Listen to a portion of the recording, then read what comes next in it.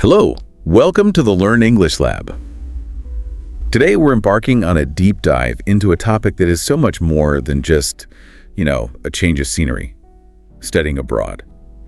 In our increasingly interconnected world, choosing to pursue an educational journey in a foreign country is, it's truly a transformative opportunity. Absolutely. It's a genuine journey that not only reshapes your perspectives and builds essential skills, but also unlocks a whole new world of personal and professional possibilities.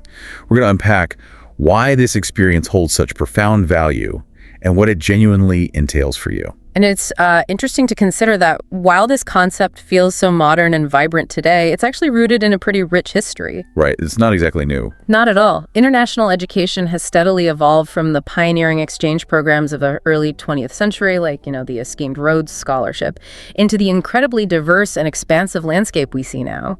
The drive to learn beyond one's national borders has only intensified, really. And the numbers reflect that, don't they? Oh, definitely. The sheer scale of this phenomenon is quite remarkable. In 2022 alone, UNESCO statistics showed over 6 million students were enrolled in tertiary education outside their home countries. 6 million, wow. Yeah, and this isn't just a static figure, it's a number that continues to climb year after year, largely propelled by, the relentless forces of globalization and increasingly accessible information. It truly stands as a testament to a world that feels smaller in some ways, yet endlessly richer in its educational offering. Okay, so for this deep dive into study abroad, benefits and challenges of advanced English learning, our mission is to kind of cut through the vast amount of information out there. Yeah. We want to extract the most crucial nuggets of knowledge, giving you a crystal clear picture of what to truly expect. We'll explore its multifaceted benefits, from achieving academic excellence and experiencing deep cultural immersion to fostering significant personal growth that shapes your future. But importantly, we're also going to confront the very real challenges students often face, such as the financial hurdles that can appear, daunting, and the often underestimated impact of culture shock. Yes, that's crucial. Our aim here is to equip you with insights, practical advice, and some compelling stories. This way, you can make a truly informed decision about what is undoubtedly a life-changing endeavor. Whether you're dreaming of the historic halls of Oxford, the bustling, innovative campuses of Tokyo, or the vibrant universities of Sydney, we're here to illuminate both the immense rewards and the practical realities of international education. So let's begin by exploring what truly motivates so many individuals to embark on this journey. The allure of global education, as we've observed, stems from a surprisingly diverse array of motivations, doesn't it? It really does. Each reflects a student's unique aspirations and life goals. Right. For some, it seems fundamentally about the singular pursuit of academic excellence. Exactly.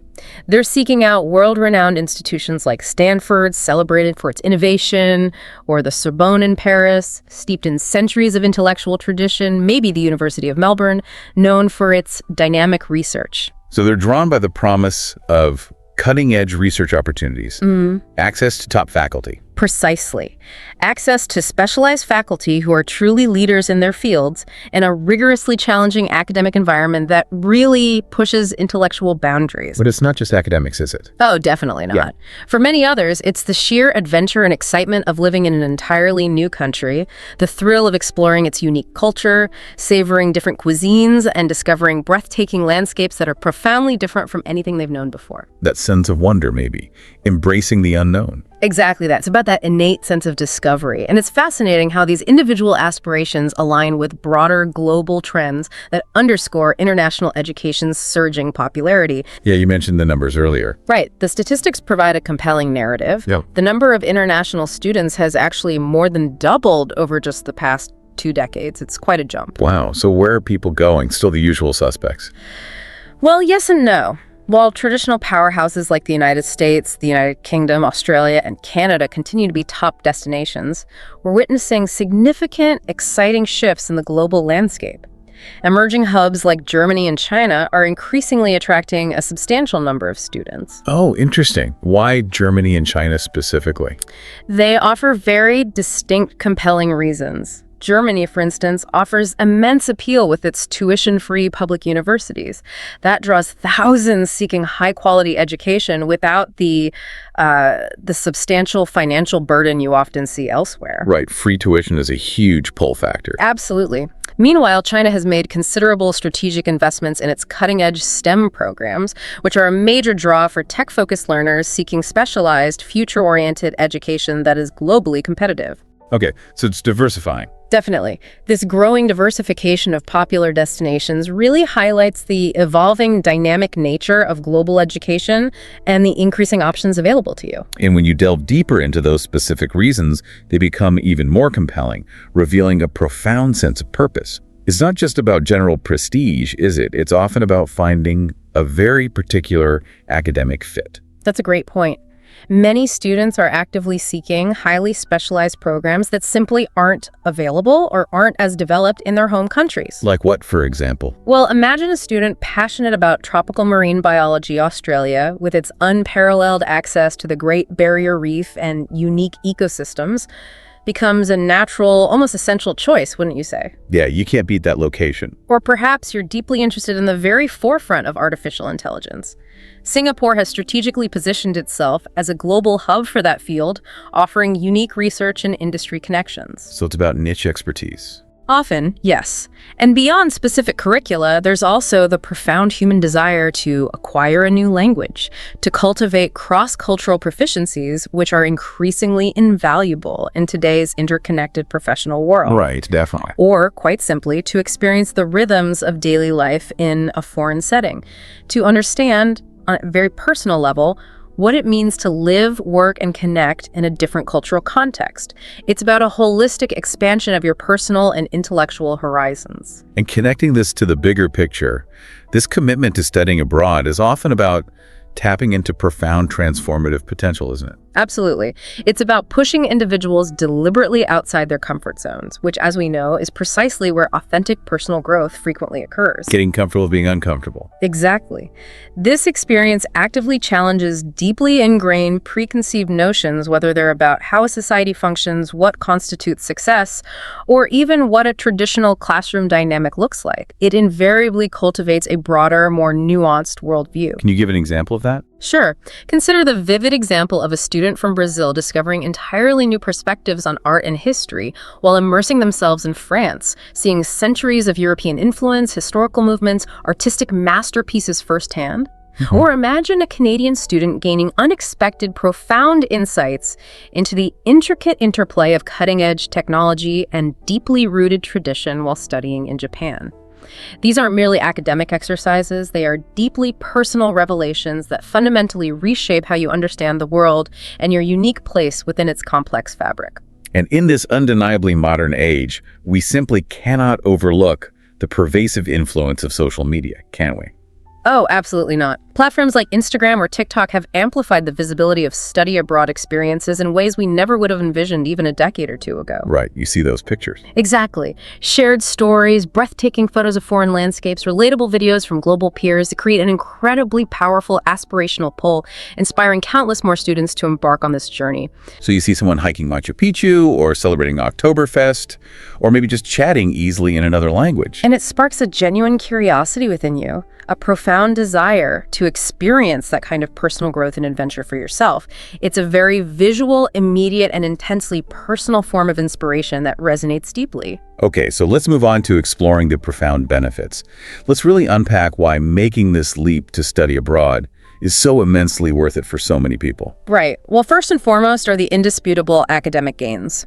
Studying abroad offers unparalleled access to world-class academic institutions and programs truly at the forefront of global education. We're talking the big names. Often, yes. Universities like Harvard, Oxford, ETH, Zurich, these aren't just celebrated names, they are vibrant centers of innovation, critical thinking, and groundbreaking research. They offer highly specialized courses that might be unavailable elsewhere. Cutting-edge research opportunities that can genuinely define a career trajectory, and faculty who are truly pioneers and leaders in their respective fields. Can you give some concrete examples? Sure. Imagine a marine biology student choosing Australia specifically to study near the Great Barrier Reef. gaining hands-on experience with unique, irreplaceable ecosystems that are literally at their doorstep. Okay, that makes perfect sense. Or an engineering student opting for Germany's TU Munich, globally renowned for its technical excellence and its rigorous practical application of theoretical knowledge. These institutions provide not just degrees, but also state-of-the-art facilities, expansive libraries, and dynamic intellectual environments that actively foster innovation and, well, intellectual curiosity. What's also incredibly beneficial, and often a surprise for students, I think, is the exposure to diverse teaching methodologies. That's a huge point. It's frequently a stark contrast to what students are accustomed to back home, and it genuinely broadens your academic toolkit in invaluable ways. How so? Well, for example, in the UK, seminar-based learning is very common. It actively encourages critical thinking, spirited debate, vibrant discussion, really pushing you to articulate your ideas with clarity and conviction. All right, more interactive. Exactly. In Scandinavian countries, the emphasis frequently shifts to project-based learning, which powerfully fosters collaboration, problem-solving, teamwork skills that are absolutely essential in any modern professional field. Okay. And in Germany, you'll often discover a strong integration of theoretical knowledge with practical, hands-on training, ensuring that what you learn in the classroom has immediate, tangible, real-world application. So someone used to lectures might find that quite different. Very different. Consider, for instance, a student accustomed to traditional lecture-based learning in India. They might find these European interactive classes incredibly stimulating, pushing them to develop adaptable learning strategies and flexible mindsets they wouldn't have acquired otherwise. So it builds versatile academic skills? Absolutely. Skills that go far beyond just memorizing facts, preparing you for dynamic intellectual challenges. And beyond the innovative classroom structures, the access to groundbreaking research opportunities is another significant draw that sets international education apart. How does that work? Well, leading international universities often boast robust collaborative partnerships with global organizations, offering students access to truly cutting-edge projects and real-world problems. Imagine a computer science student in Silicon Valley who might seize the incredible chance to collaborate directly with tech giants like Google or Apple. Think about the insights and practical experience you'd gain. Virtually impossible to replicate elsewhere. Yeah, that's exposure you can't buy. Or picture a medical student in Sweden deeply engaging in public health research that could directly influence global health policies. Or a student at the University of Tokyo working on sophisticated robotics projects directly aligned with pressing industry demands. So it's real-world impact. Exactly. These transformative experiences don't just profoundly enrich academic portfolios, they frequently provide a direct pipeline to highly sought-after future career opportunities, making you exceptionally competitive and globally aware. And the academic rigor itself. Yeah. That must build discipline. Oh, tremendously. The academic rigor you inevitably encounter abroad genuinely nurtures discipline and significantly sharpens your time management skills in ways you might not expect. Just navigating a new system must be tough. It is. Imagine the challenge of navigating an entirely new academic system, often in a second language. That alone demands incredibly strong organizational abilities, a heightened sense of responsibility, meticulous planning. Like different exam styles. Sure. Preparing for oral exams, quite common in many European university systems, requires a different kind of preparation, confidence, and articulation than traditional written tests. Or consider a student in France needing to master academic French for written assignments. That rigorous process builds significant resilience. And this intense immersion also profoundly hones advanced English learning abilities, if English is the language of instruction or even a key second language needed. How does that work for advanced English? Through sheer consistent exposure to complex academic contexts. You're pushed to not only comprehend, but also articulate complex ideas with sophistication and clarity, using academic vocabulary and structures naturally. Reading dense texts, writing nuanced papers, participating in high-level discussions, it's intense practice. So these aren't just academic hurdles, they're valuable life skills. Absolutely. Yeah. They translate directly to success in graduate studies or any demanding professional environment. You deepen your appreciation for global academic standards and your own intellectual capabilities. Now, when we talk about personal growth, studying abroad is truly a journey of profound self-discovery and remarkable independence. Right, you're on your own, often for the first time. Exactly. Living independently in a foreign country inherently fosters a deep, unwavering sense of self-reliance as students learn to manage daily tasks that might have been comfortably handled by others back home. Like budgeting. Yeah. Cooking. Everything. Meticulously budgeting money, creatively cooking meals, confidently navigating complex new environments. Take the vivid example of a student learning to master Tokyo's intricate, sprawling subway system. Oh, I can imagine. It seems simple, but it directly and significantly enhances self-reliance, problem-solving abilities, and spatial awareness in a profound way.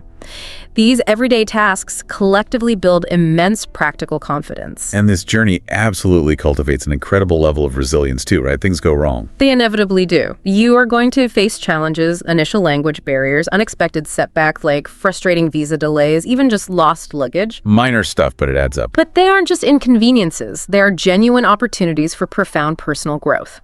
Think about a student in Spain initially struggling deeply with spoken Spanish. Through sheer persistence, daily interactions, willingness to make mistakes. They get better. They gradually gain confidence, eventually mastering conversational skills and beyond. Overcoming these hurdles builds significant emotional strength, preparing you for future challenges. You learn to adapt, persevere, and trust your own capabilities. And immersion in a new culture. Yeah. That must change how you see yourself. Significantly. It enhances self-awareness in powerful, introspective ways. When you're consistently exposed to different ways of life, unfamiliar social norms, diverse value systems, it naturally prompts deeper reflection on your own personal values, beliefs, and cultural assumptions. It makes you question things you took for granted. Precisely. It's a powerful, sometimes startling experience of truly embracing new perspectives. Consider the poignant example of a U.S. student in India who begins to deeply appreciate their own cultural background while simultaneously embracing entirely new perspectives on community, family, daily life. Like seeing a different way of living. Yes. Actively participating in a traditional Indian wedding, for instance, might reveal the profound importance of community bonds and collective celebration in ways entirely unfamiliar back home. This introspective process fosters a deeper understanding of your own identity. It's about understanding where you come from by seeing yourself through a remarkably different lens. That process of navigating ambiguity also develops incredible adaptability and open-mindedness, I'd imagine. Definitely. Skills invaluable in any modern context. You learn to interpret subtle cues, understand varied expectations from professors, or adjust to a completely different pace of life. Like moving from a big city to a small town. Exactly. Perhaps transitioning from the relentless hustle of a major metropolis to a slower rhythm in a small European town. These situations consistently push you to be flexible, to appreciate differences, and crucially, to find your footing even when things aren't explicitly stated. Thriving in the gray areas. And interacting with such diverse people must build emotional intelligence. Immensely. Engaging regularly with diverse peers builds emotional intelligence and cross-cultural communication skills. It subtly teaches you to navigate cultural nuances and empathize deeply with viewpoints vastly different from your own lived experience. Could you give an example? Imagine a student in South Africa volunteering in a local community project. Through that hands-on experience, they learn patience, understanding the profound complexities of social issues in a direct, impactful way. It's not just soft skills. Not at all. These are fundamental qualities that prepare students for truly global professional environments, where understanding, empathy, and effective cross-cultural collaboration are paramount. And cultural enrichment itself, that's a huge part of it, isn't it? The experience. It's truly a defining aspect and often where the most vivid, cherished memories are forged. It's about cultural immersion in the truest sense. You're not just observing, you're actively participating. Like joining in local festivals. Absolutely. Imagine a student in Italy enthusiastically participating in Carnival, feeling the electrifying energy, the colors, the joy, or learning to lovingly prepare an authentic pasta dish from a local nonna, understanding the traditions behind the food. Or visiting historical sites. Right. Visiting the Colosseum isn't just seeing a landmark, it's feeling the centuries of history, imagining who walked there before. These profound experiences deepen your understanding of heritage and create lasting memories, fostering a lifelong appreciation for global diversity. It engages all your senses. Totally. And what's particularly powerful here is how language acquisition acts as an incredibly potent gateway to even deeper cultural understanding. Even basic language skills help. Immensely. Even starting with basic Spanish phrases, a student in Spain can achieve impressive conversational fluency through consistent daily interactions, opening so many doors to local life and connection. And for advanced English learning, does that apply too? Just as much, if not more intensely. If you're studying in an English-speaking country like Australia, actively learning and understanding regional slang, like comprehending fair dinkum in context, adds a significant layer of cultural depth you can't get from a textbook. So it makes communication more nuanced. Far more nuanced. It fosters richer cultural appreciation, allowing you to connect with locals on a much more personal, meaningful level. And through this deep immersion, global awareness and empathy blossom. In remarkable ways, you instinctively start to see the world from myriad different angles. Understanding your perspective is just one of many. Like seeing local challenges firsthand. Exactly. A student in South Africa might gain profound insights into economic inequality or historical impacts, fostering a deep sense of global citizenship. Similarly, a student in China attending a Lunar New Year celebration might vividly understand the significance of family traditions, encouraging thinking beyond their own cultural framework. It develops a more compassionate worldview. A compassionate, interconnected, and globally conscious worldview that empowers you to be a more effective, understanding global citizen. This naturally leads to the powerful connections you forge.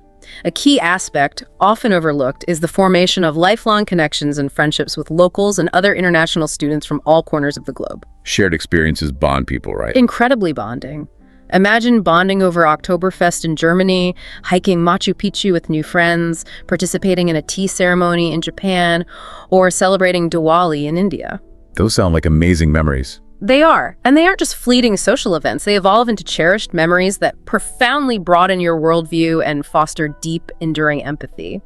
These international friendships create a truly global network that can last a lifetime, providing personal support and professional opportunities. Okay, beyond the huge personal and cultural growth, let's talk about the very tangible career advantages. Studying abroad enhances employability, doesn't it?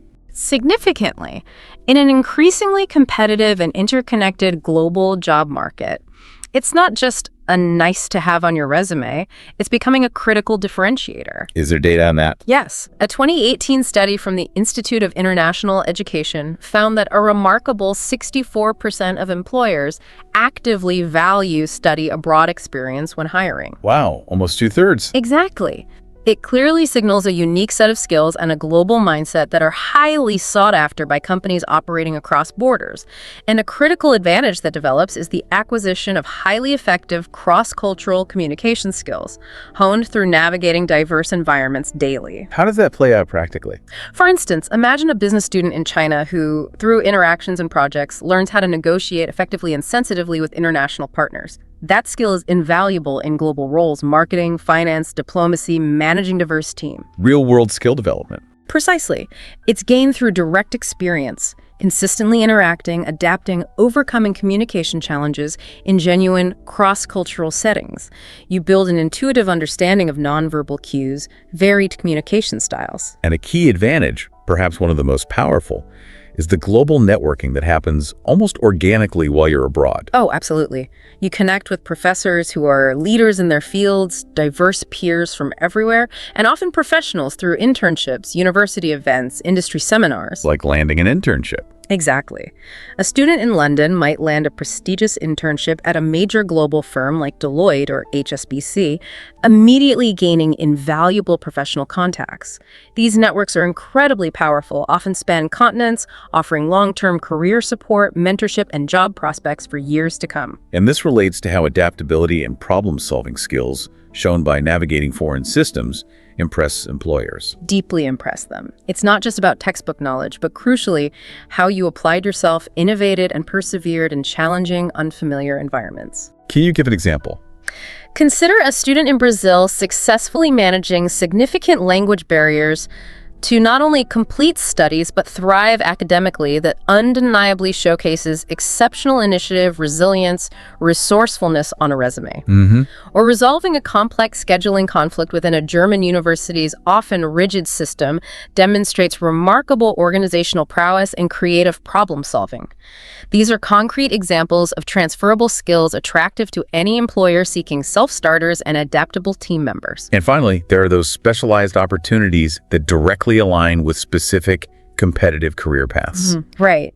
Imagine a fashion design student in Paris, not just studying theory, but actually interning directly with an iconic house like Chanel. Wow, dream scenario for some. Or a tech student in Singapore working directly with a burgeoning startup at the forefront of AI or fintech.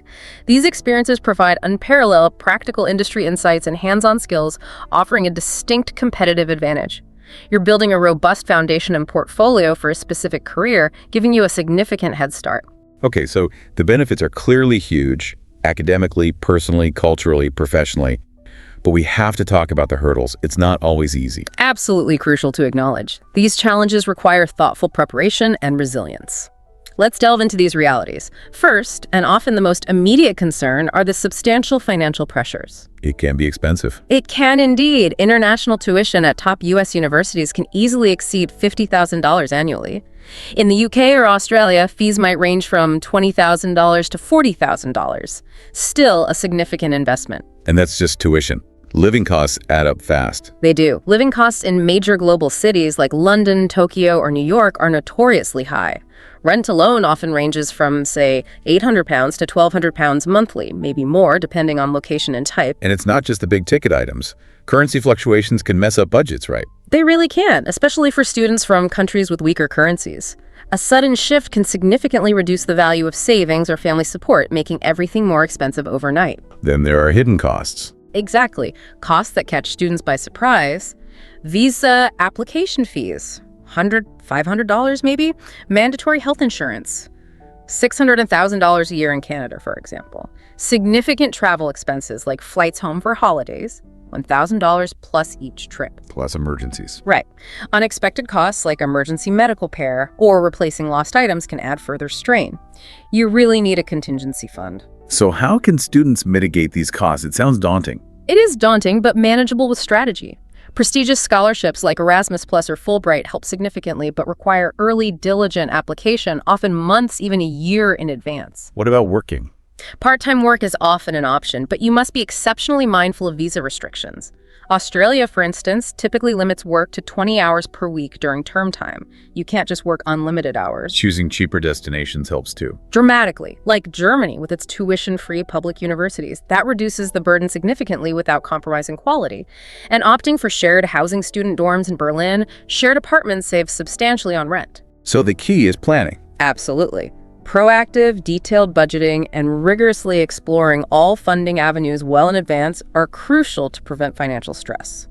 Okay, beyond finance, cultural and social adjustments are a very real, often profound part of the experience. Culture shock is real. Very real. It's widely acknowledged. You encounter it navigating unfamiliar social norms, different foods, communication styles, social dynamics. Imagine a student in Japan initially feeling overwhelmed by indirect communication, meticulous etiquette, strict social hierarchies. It can be disorienting. And homesickness often kicks in. Intensifies, yes. A very natural response, particularly during holidays when peers go home. And building new, meaningful social connections takes time and effort, especially in cultures with different social norms or tight-knit circles. A student in France might find it hard initially, leading to isolation. So what can you do proactively?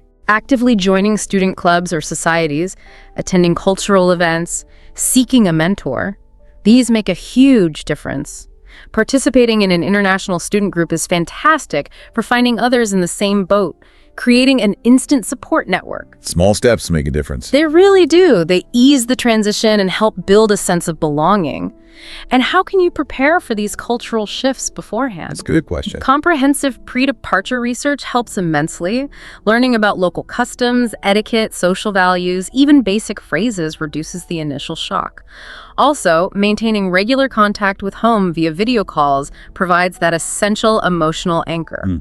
Support from home. Crucial. With time and these strategies, students overwhelmingly adapt, form deep connections, and gain immense confidence. It's a journey of adaptation. Academic adaptation can also be surprisingly daunting, right? even for break students. Definitely. You're not just learning new material, you're adjusting to entirely new academic systems, different grading, teaching styles, maybe unforeseen language barriers. Even if you think your language skills are good. Yes.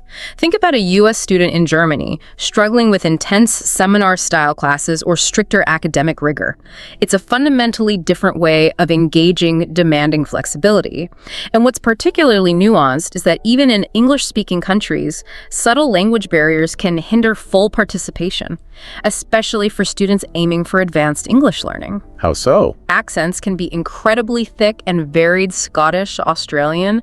Academic jargon can be specialized and obscure, making it hard to follow rapid lectures or join complex discussions confidently. Ah, right. That's a good point. It's not just about basic fluency. Not at all. It poses a real barrier to complete engagement and confidence. It demands focused listening comprehension and advanced vocabulary acquisition. So specific preparation tips are vital here. Absolutely crucial. Taking specialized language courses beforehand, focusing on academic vocabulary or advanced conversation, or thoroughly researching academic expectations, like a student going to Spain taking a specific Spanish course for lectures, makes a huge difference. It helps you hit the ground running.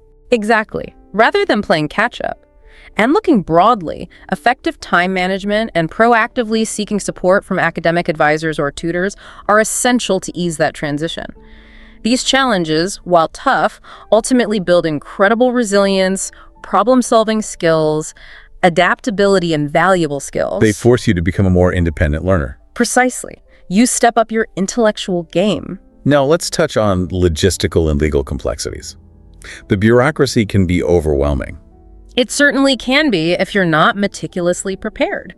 Visa applications alone are notoriously complex, extensive documentation, strict timelines, lots of patience needed. Can you give an example? A UK student visa typically demands concrete proof of sufficient funds, official acceptance letters, and processing can take up to 3 months. You can't just decide last minute. And once you have the visa, housing can be another challenge. Frequently. Finding affordable, suitable accommodation, especially in desirable cities like Sydney, can be incredibly competitive and stressful, a big part of pre-departure planning. And navigating unfamiliar healthcare systems. That sounds daunting too. It can be. They vary wildly different practices, payment structures, complex insurance. A student in the U.S., for example, might need private insurance costing around $1,500 a year, and figuring out coverage adds complexity. Which brings us to a critical point. Legal compliance. Absolutely essential. Strictly adhering to all visa work restrictions, for example. Failing to do so, even unintentionally, can lead to severe penalties, fines, visa revocation, even deportation with long-term consequences. So you must know the rules. Unequivocally. Be fully aware of what your visa allows regarding employment, study load, travel. Ignorance is no excuse. Okay, so with all these potential hurdles, Yeah. What are the practical solutions for a smoother journey? Thorough pre-departure research is paramount. Use all available university support services that exist to help with visas, housing, cultural integration. And connecting with other students. Crucial. Connect with current students or alumni. They often have invaluable first-hand advice you won't find elsewhere. Planning housing early, securing dorms or verified off-campus spots ASAP, and fully understanding healthcare options before you leave can significantly alleviate initial stress. Right. Preparation is key. Mm-hmm. Let's move on to practical strategies for success then. How can you best prepare? Preparation is unequivocally the key to maximizing the experience and reaping the rewards. Thorough planning ensures you're ready academically, culturally, emotionally. When it comes to pre-departure planning, it's critical to meticulously research programs and destinations.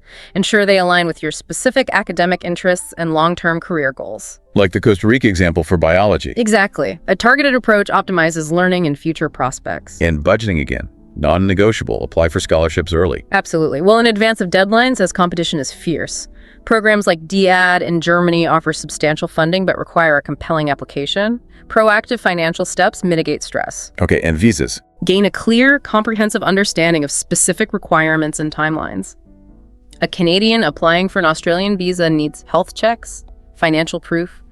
Create a detailed timeline for everything: admissions, visas, housing, to avoid panic or delays. Meticulous organization is vital. Now, for cultural preparation, how do you foster confidence? Invest time learning about the host country's customs, history, basic language phrases, even simple gestures like learning Mandarin greetings for China. ease daily encounters, and show respect. And for advanced English learning. If English is the target, actively focusing on familiarizing yourself with regional accents, common idioms, academic jargon greatly enhances comprehension, integration, confidence.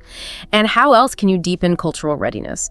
Utilize cultural workshops offered by universities, leverage online resources like Duolingo for social norms, actively participate in cultural events like attending Diwali in India. It builds connections, broadens perspective. Understand basic etiquette like bowing in Japan to prevent misunderstandings and build positive relationships. Academic preparedness is just as vital. Understanding credit transfers is crucial, right? Absolutely crucial. Ensure studies abroad seamlessly align with home institution requirements. Research course syllabi. Connect with academic advisors at both institutions to prepare for new systems, like adapting to essay-based assessments in the UK. It minimizes surprises. And empowers you to tailor learning strategies. This relates directly to language proficiency tests like IELTS or TOEFL for many English programs. They're not just hurdles, but crucial benchmarks for advanced English learning readiness in academic settings. It shows you're ready for academic discourse. Precisely. Beyond language, build essential study skills, note-taking, critical reading, time management. And don't underestimate joining study groups or seeking tutoring support. They're designed to aid a D-sprint, especially in rigorous programs. Finally, let's talk about emotional resilience. This feels super important, but maybe overlooked. Critically important, often underestimated. It's about consciously building mental fortitude, acknowledging upfront that homesickness, isolation, cultural adjustments are real challenges you'll likely encounter. They're normal, not signs of weakness. Exactly, a normal part of adaptation. So a crucial strategy is actively creating a robust support system, regular video calls home, connecting with international student groups. Many universities, like in Australia, have specialized mental health support groups for international students in valuable safe spaces. Knowing those resources exist is key. And being willing to use them proactively. And beyond external support. Practicing mindfulness, regular exercise, journaling can be effective tools to reduce stress, process experiences, maintain calm. Crucially, set realistic expectations. Adaptation takes time. It's rarely overnight. Knowing this fosters emotional strength. And remember, university counseling services are there if needed. Utilize them. They're there to help you thrive, not just survive.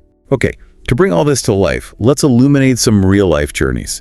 2 compelling case studies that highlight the transformative power of studying abroad. Great idea. First, let's delve into Maria's journey in Japan. Maria, a determined biology student from Brazil, chose Kyoto University, drawn by its research opportunities. Initially, she faced significant struggles, persistent language barriers, adapting to Japan's reserved culture, quite different from her upbringing. But she didn't give up. How did she cope? Incredible initiative, she enthusiastically joined a university language exchange club. This strategic move not only helped her rapidly learn conversational Japanese, but was instrumental in making friends and building a supportive social circle. It transformed her isolation. And academically. She thrived. Engaged in stimulating hands-on research on local aquatic ecosystems, her passion. Gained invaluable practical experience, developing specialized skills that positioned her perfectly for a competitive graduate program in environmental science, set her on a clear path. What about the financial side? Japan can be expensive. True, but Maria meticulously managed costs through a well-earned scholarship and by strategically tutoring English part-time. This allowed her to cover expenses and stay focused. So the overall impact was profound. Absolutely. Maria's journey cultivated incredible personal resilience, problem-solving skills, deep cultural adaptability qualities that profoundly shaped her successful career in environmental science. She carried those learnings and that global perspective with her. Great story. What's the second one? Ahmed's experience in Germany.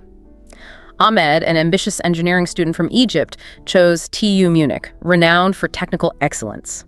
He initially faced distinct challenges, intense academic rigor, adapting to a new grading system and teaching approach, demanded different discipline. How did he navigate that? Proactive engagement, strategic collaboration, formed diligent study groups for mutual support, diverse perspectives, consistently consulted professors for clarification, showing determination. And culturally, did he immerse himself? Truly embraced it with an open mind, enthusiastically immersed himself in German traditions, participating in events like Oktoberfest, which helped build lifelong friendships and an authentic connection to the local culture. It was more than just academics, it was living the experience. And you mentioned career advantages earlier. Yeah. Did that apply to Ahmed? Big time. a significant career boost. He secured a highly competitive summer internship with Siemens, a global engineering powerhouse. This invaluable hands-on experience enhanced his resume immensely and led directly to a coveted job offer upon graduation. Yeah, a direct link. A powerful illustration of how international academic and practical experience can lead to exceptional professional opportunities. So Ahmed's story really highlights preparation and an open mind. Exactly. A powerful testament to meticulous preparation, academic and cultural, and maintaining an incredibly open mind for new experiences and challenges. His journey shows that with the right approach, commitment, and adaptability, studying abroad can launch you into an exceptional, globally oriented future. So, as we circle back to our core message, studying abroad is undeniably a profound, life-altering endeavor. It unquestionably demands careful planning, significant personal initiative, and an open, adaptable mind. But for those who courageously choose to embark on this transformative journey, the myriad rewards unparalleled academic enrichment, profound personal growth, distinct career advantages consistently and overwhelmingly outweigh the initial challenges. It is an investment not just in your education, but fundamentally in yourself and your entire future. And as you, our listeners, consider this incredible opportunity for yourself, here's a final thought-provoking idea to leave you with. Beyond the academic achievements and career benefits we've thoroughly discussed, consider how stepping into a truly different culture might fundamentally reshape your deepest worldview. That's a powerful thought. How might it challenge ingrained assumptions you didn't even know you held about society, about human nature, about how the world truly functions? What unique and valuable perspectives might you uncover? And how could that newly acquired understanding profoundly empower your contributions in an increasingly complex and interconnected globalized world? It's a journey not just to a new place, but potentially to a completely new way of seeing and being. Thank you for joining us on this deep dive. If you found this discussion insightful, please remember to like, share, and subscribe to this YouTube channel for more in-depth explorations. Hello and welcome to the Learn English Lab. Today we're embarking on a deep dive into a topic that, it resonates with so many of us, especially in academic settings. We're talking about imposter syndrome among students. And for you listening, particularly if you're navigating advanced English learning, we'll be thinking about how this plays out there too. It's that really pervasive nagging feeling, isn't it? That you don't truly belong, that you're somehow a fraud, despite everything you've achieved. It feels universal sometimes, but it seems especially common in places focused on learning and growth. Yeah, that's a perfect way to frame it. Imposter syndrome, at its heart, it isn't some formal medical diagnosis, but it is a deeply significant psychological pattern. It's very real. It involves really doubting your accomplishments, your skills, and living with this persistent, often pretty intense fear that you'll be exposed as unqualified, found out. It's a powerful personal experience. So today, our journey, our deep dive, it's going to lead us through understanding what this thing actually is. We'll pinpoint why students seem particularly vulnerable, maybe more so than others. We'll identify its many different faces, how it shows up. And then, most importantly, we'll give you some actionable strategies, things you can actually do to conquer it. Hopefully, you'll have some real aha moments and definitely some practical takeaways. Okay, so to really get into this, let's imagine a scenario, something maybe you, listening, have felt. Picture yourself in a demanding lecture, maybe university level. The professor's throwing around complex terms, maybe epistemology or standard deviation, things like that. And everyone else, well, they seem to be nodding along, taking notes, looking like they totally get it. And you might be sitting there thinking, am I the only one completely lost here? No, did they make a mistake letting me in? Do I even belong? Ooh. Maybe I just got lucky on that last test. It's right there, in those moments, that this feeling, this imposter syndrome often kicks in. Exactly. And to elaborate a bit more formally, this pattern involves a profound, almost gut-level doubt in your own capabilities. It comes with this really strong fear of being revealed as a fraud. It's that inner voice, sometimes it whispers, sometimes it shouts, that you're just not good enough, not smart enough, not qualified enough for whatever you're doing. And this happens even when there's clear, objective evidence staring you in the face, like excellent grades, acceptance letters, scholarships, things that prove you're capable.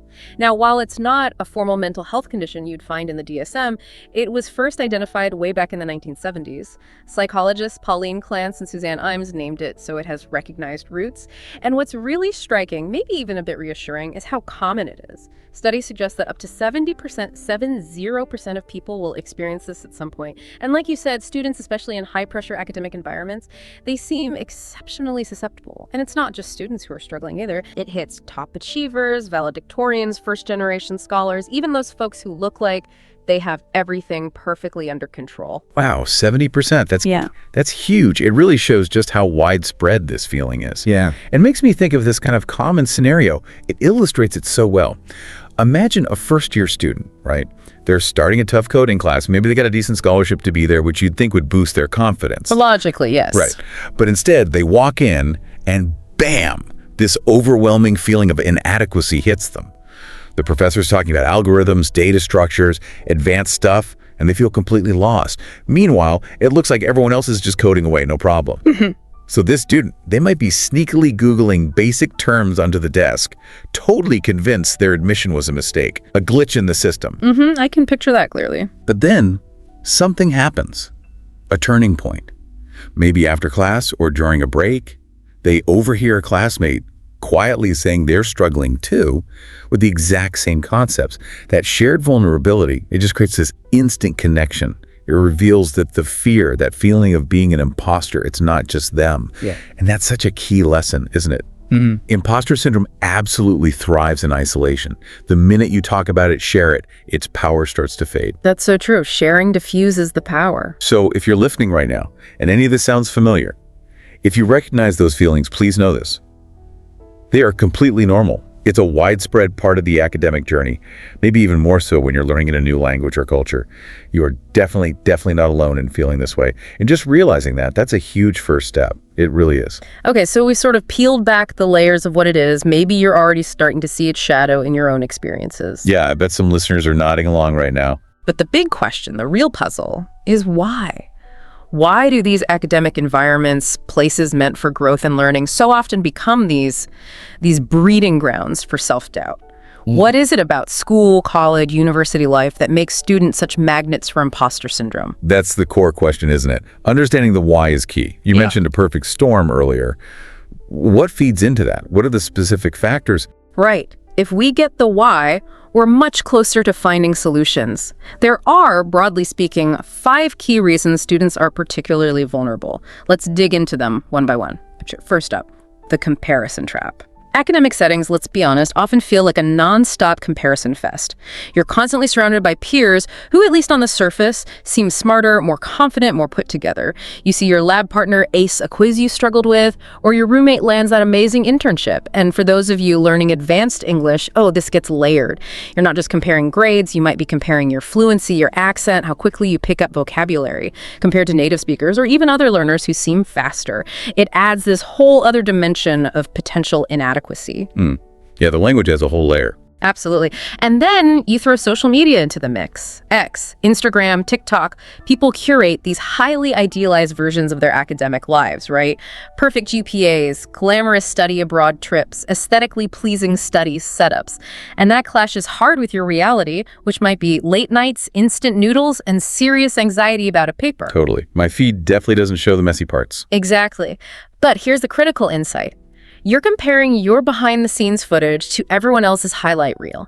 It often creates this illusion of competence in others. It looks like they have it all figured out, but research backs us up. We consistently overestimate how well our peers are doing, how happy they are, and that directly fuels our own feelings of inadequacy.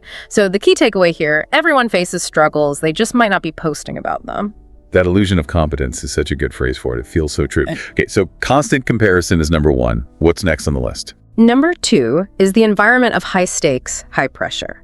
School life, especially higher education, just feels incredibly intense. Every grade, every application, scholarships, internships, grad school, it can feel like a make or break moment for your entire future. And again, for advanced English learners, the stakes can feel even higher. Maybe your visa depends on your grades, or your career path hinges on mastering this environment. Yeah, the pressure can be immense. It really can. And a single bad grade, maybe a C on a midterm, it can trigger this spiral of self-doubt about your entire ability to succeed. I remember a friend, she got a C in biology once and was convinced, absolutely convinced, medical school was impossible for her. Guess what? She's a fantastic doctor now. It just shows how easily we internalize setbacks as proof we're not good enough. Wow, that's a powerful story. And the pressure isn't just academic, is it? There's this expectation to juggle everything. Extracurriculars, part-time jobs, social life, maybe even starting a side project. It's like society expects students to be superheroes. And when you inevitably can't do it all perfectly, that's when imposter syndrome loves to whisper, "See, you're not cut out for this." The superhero expectation. Yeah. Yeah, that's exhausting. What about the students who always found school easy before, the ones labeled smart growing up? Does that help or hurt? That brings us perfectly to number 3, the gifted kid curse. It's a really common backstory. Many students were told they were smart or talented all through their younger years. School might have come relatively easily, but that creates these huge, often unspoken expectations. So when they hit the genuine rigor of university, which is demanding, no question, and they actually have to struggle, it can feel like a fundamental failure of their core identity, of their smartness. So the struggle itself feels like proof they aren't really gifted. Exactly.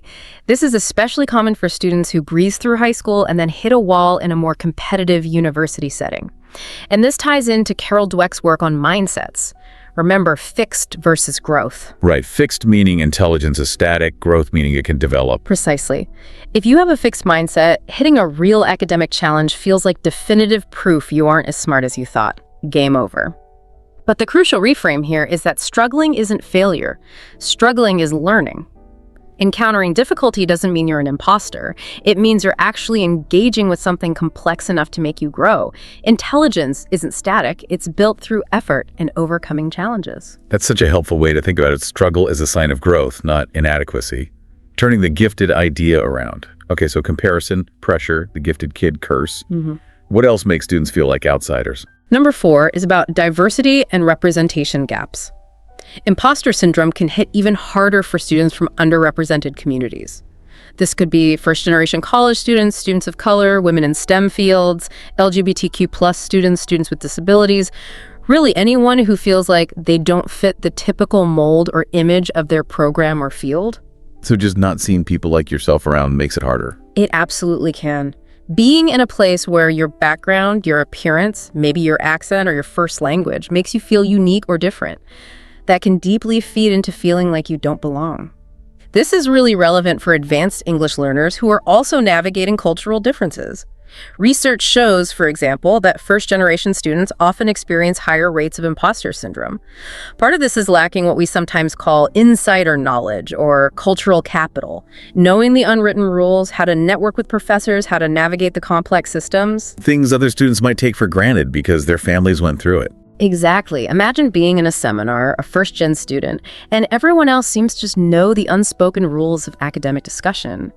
That lack of familiarity can make you feel like you're faking it, even if your actual academic qualifications are just as strong as everyone else's. Your presence is valid, but the experience can feel isolating without that shared background knowledge. That really highlights the systemic aspect. It's not just in your head. The environment plays a huge role. Okay, one more factor you mentioned, something about the transition itself. Yes, the 5th point is the transition to independence. Moving to college or later to grad school, it's often the first time a student is truly on their own, fully responsible for their academics, their schedule, their life, basically. Liberating, but also maybe terrifying? Absolutely, it's both. Suddenly you're managing everything, classes, maybe work, social life, finances, food. And for advanced English learners, navigating a potentially new country, culture, and language to that mix, often far from home support systems. During this intense period of adjustment, it's incredibly easy to misinterpret normal challenges. Things like messing up scheduling, feeling overwhelmed, struggling to make friends initially. These are normal growing pains. But it's easy to see them as proof that you were inadequate, that you aren't cut out for this independence, for this level of study. So you blame yourself for what's actually just part of adjusting. Pretty much. It's crucial to remember these are universal adjustment experiences. Feeling overwhelmed sometimes doesn't mean you're an imposter. It means you're learning how to manage complex adult responsibilities, often in a demanding new context. Everyone struggles with that transition to some extent. Okay, that's a really thorough breakdown of the why, the comparison trap, the pressure, the gifted kid thing, representation gaps, and just the sheer challenge of independence. It really is a perfect storm. Now, let's shift focus slightly. How does this actually show up? You mentioned it's not the same for everyone. It weaves itself into lives differently depending on personality, background. So recognizing the specific pattern in yourself, that seems like a really important step. It really is. Knowing how it manifests for you makes it easier to challenge. We've identified 5 common ways, or archetypes if you like, that we see in students. And like you said, you might recognize bits of yourself in more than one. First, there's the perfectionist. This person sets incredibly high standards, often totally unrealistic ones. Getting a 95 on a test isn't good enough. They genuinely feel they should have gotten 100. Anything less is failure. They tend to dismiss their real successes as not good enough and fixate intensely on tiny mistakes. For an English learner, this might look like agonizing over every tiny grammatical slip, feeling any imperfection exposes them as not really fluent. Right, the standard is impossible flawlessness. Exactly. Then number 2, the overworker, sometimes called a super student. This person feels compelled to work much, much harder than their peers just to feel like they belong, like they've earned their spot. We're talking constant all-nighters, revising papers endlessly, signing up for every single extra credit opportunity. It's driven by a need to prove their worthiness, not necessarily by passion for the subject. They fear if they slow down, they'll be found out. Running on fumes just to keep up the appearance. Pretty much. Third is the lone wolf. This type actively avoids asking for help. From professors, from classmates, from anyone. They're convinced that asking for help will expose them as a fraud, reveal their supposed incompetence. So they struggle alone, often thinking they're the only one who doesn't understand something, which is rarely true. And that's especially tough for English learners, right? Worried about formulating the question correctly. Absolutely. The language barrier or perceived barrier adds another layer of hesitation to asking for help, compounding the isolation. Fourth, we have the natural genius. These are often folks who are used to things coming easily. Concepts just clicked before. So when they finally encounter something in college that requires real, sustained effort, diligent study, they panic. If a subject doesn't feel immediately intuitive, they take it as proof they aren't actually smart enough. They haven't learned that struggling and applying effort is part of learning for everyone at this level. So needing to try hard feels like failure to them. In a sense, yes. And finally, number 5, the superhero. This student tries to excel perfectly in every single area of life at once. Flawless grades, leadership in multiple clubs, a part-time job, intense fitness routine, vibrant social life, all of it. It's driven by this deep-seated belief that they have to be truly extraordinary, exceptional in all domains, just to justify their place. It's an utterly exhausting and unsustainable way to live, fueled by the fear of being seen as merely average, or worse, inadequate. Those archetypes, they're really eliminating. Perfectionist, overworker, lone wolf, natural genius, superhero. I imagine listeners might be seeing themselves, maybe even a blend. Is it usually one clear type or more of a mix? And in your experience, is there one that tends to cause the most problems? That's a great question. It's definitely more common to see a blend. People rarely fit perfectly into just one box. You might be a perfectionist about your grades, but a lone wolf when it comes to group projects, for example, or an overworker who also tries to be a superhero. These are more like dominant tendencies. As for the most debilitating, that's tough. They all have their costs. But I often think the lone wolf can be particularly damaging. Why? Because it actively prevents the very things that help combat imposter syndrome, connection support, realizing you're not alone. It traps you in that isolated cycle of perceived failure, making it incredibly hard to break free without external help. That makes total sense. The isolation feeds the feeling. Okay, so we know what it is, why it happens, and how it shows up. Let's talk about the real impact, because this isn't just a minor annoyance, is it? If left unchecked, imposter syndrome can have some pretty serious consequences on a student's life and well-being. You're absolutely right. It's far more than just a fleeting feeling. The impact can be quite significant. A major area is mental health struggles. That constant cycle of self-doubt, the pressure, the fear, it can directly lead to heightened anxiety, sometimes significant depression, and very often complete burnout. Just the exhaustion of keeping up the facade. Exactly. Imagine the mental energy it takes to constantly feel like you're faking it, always vigilant. Research clearly links imposter syndrome with increased stress, lower self-esteem, and poorer mental health outcomes for students. It's a heavy weight. Secondly, as we touched on, it leads to missed opportunities. That feeling of being unworthy or unqualified. It stops students dead in their tracks. They won't apply for scholarships they might well qualify for. They won't seek out internships that could launch their careers. They shy away from leadership roles. Why? Because that inner voice convinces them they're not good enough, so they don't even try. They reject themselves first. Self-sabotage, essentially. Pretty much. And for advanced English learners, maybe it's not joining a debate club or not volunteering to present because of that language fear, even if their skills are strong. Then there's the issue of procrastination and paralysis. The fear of being found out, of producing work that isn't perfect and thus reveals your fraudulence, can be utterly paralyzing. So you put off starting that big assignment. Or you avoid speaking up in class, even when you have something valuable to say. Because doing anything less than perfect feels too risky. Exactly, and ironically, that avoidance and procrastination, it just reinforces the self-doubt. You feel bad for not doing the work, which feeds the feeling of being an imposter. It's a nasty cycle. And finally, it can lead to strained relationships. The tendency towards isolation, especially for the lone wolf type, makes it hard to build genuine connections with peers. It can also make students hesitant to seek help or mentorship from professors.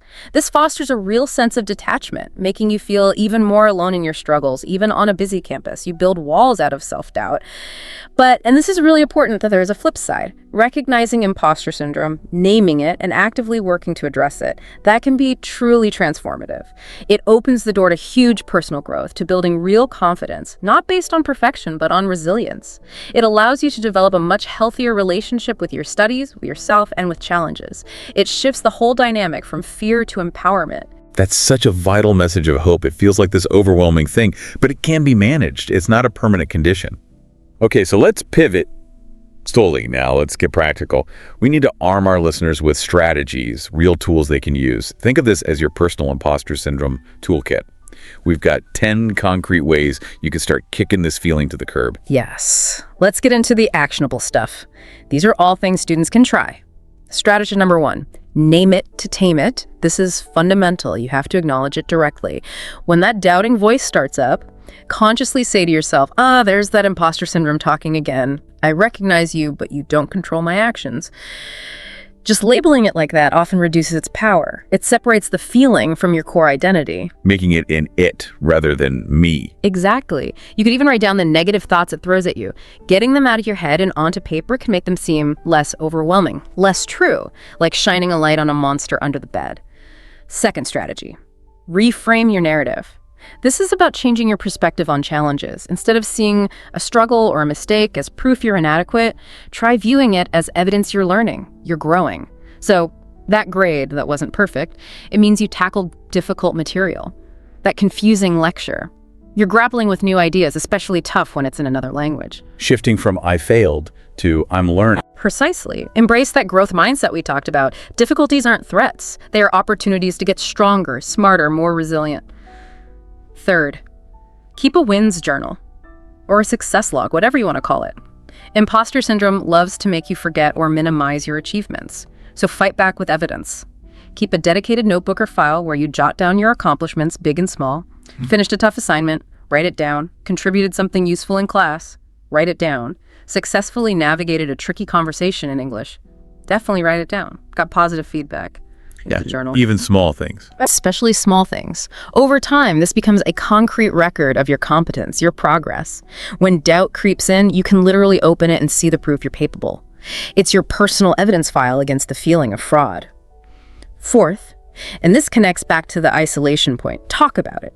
Remember, imposter syndrome thrives in silence and secrecy. It wants you to think you're the only one. So break the silence. Open up to someone you trust, a friend, a classmate, a mentor, a family member. Share how you're feeling. You'll likely be surprised how often the response is, oh my gosh, me too. That normalization is powerful. Incredibly powerful. It builds solidarity, connection, and makes the feeling seem much less abnormal or shameful. Fifth, ask for help. This is crucial.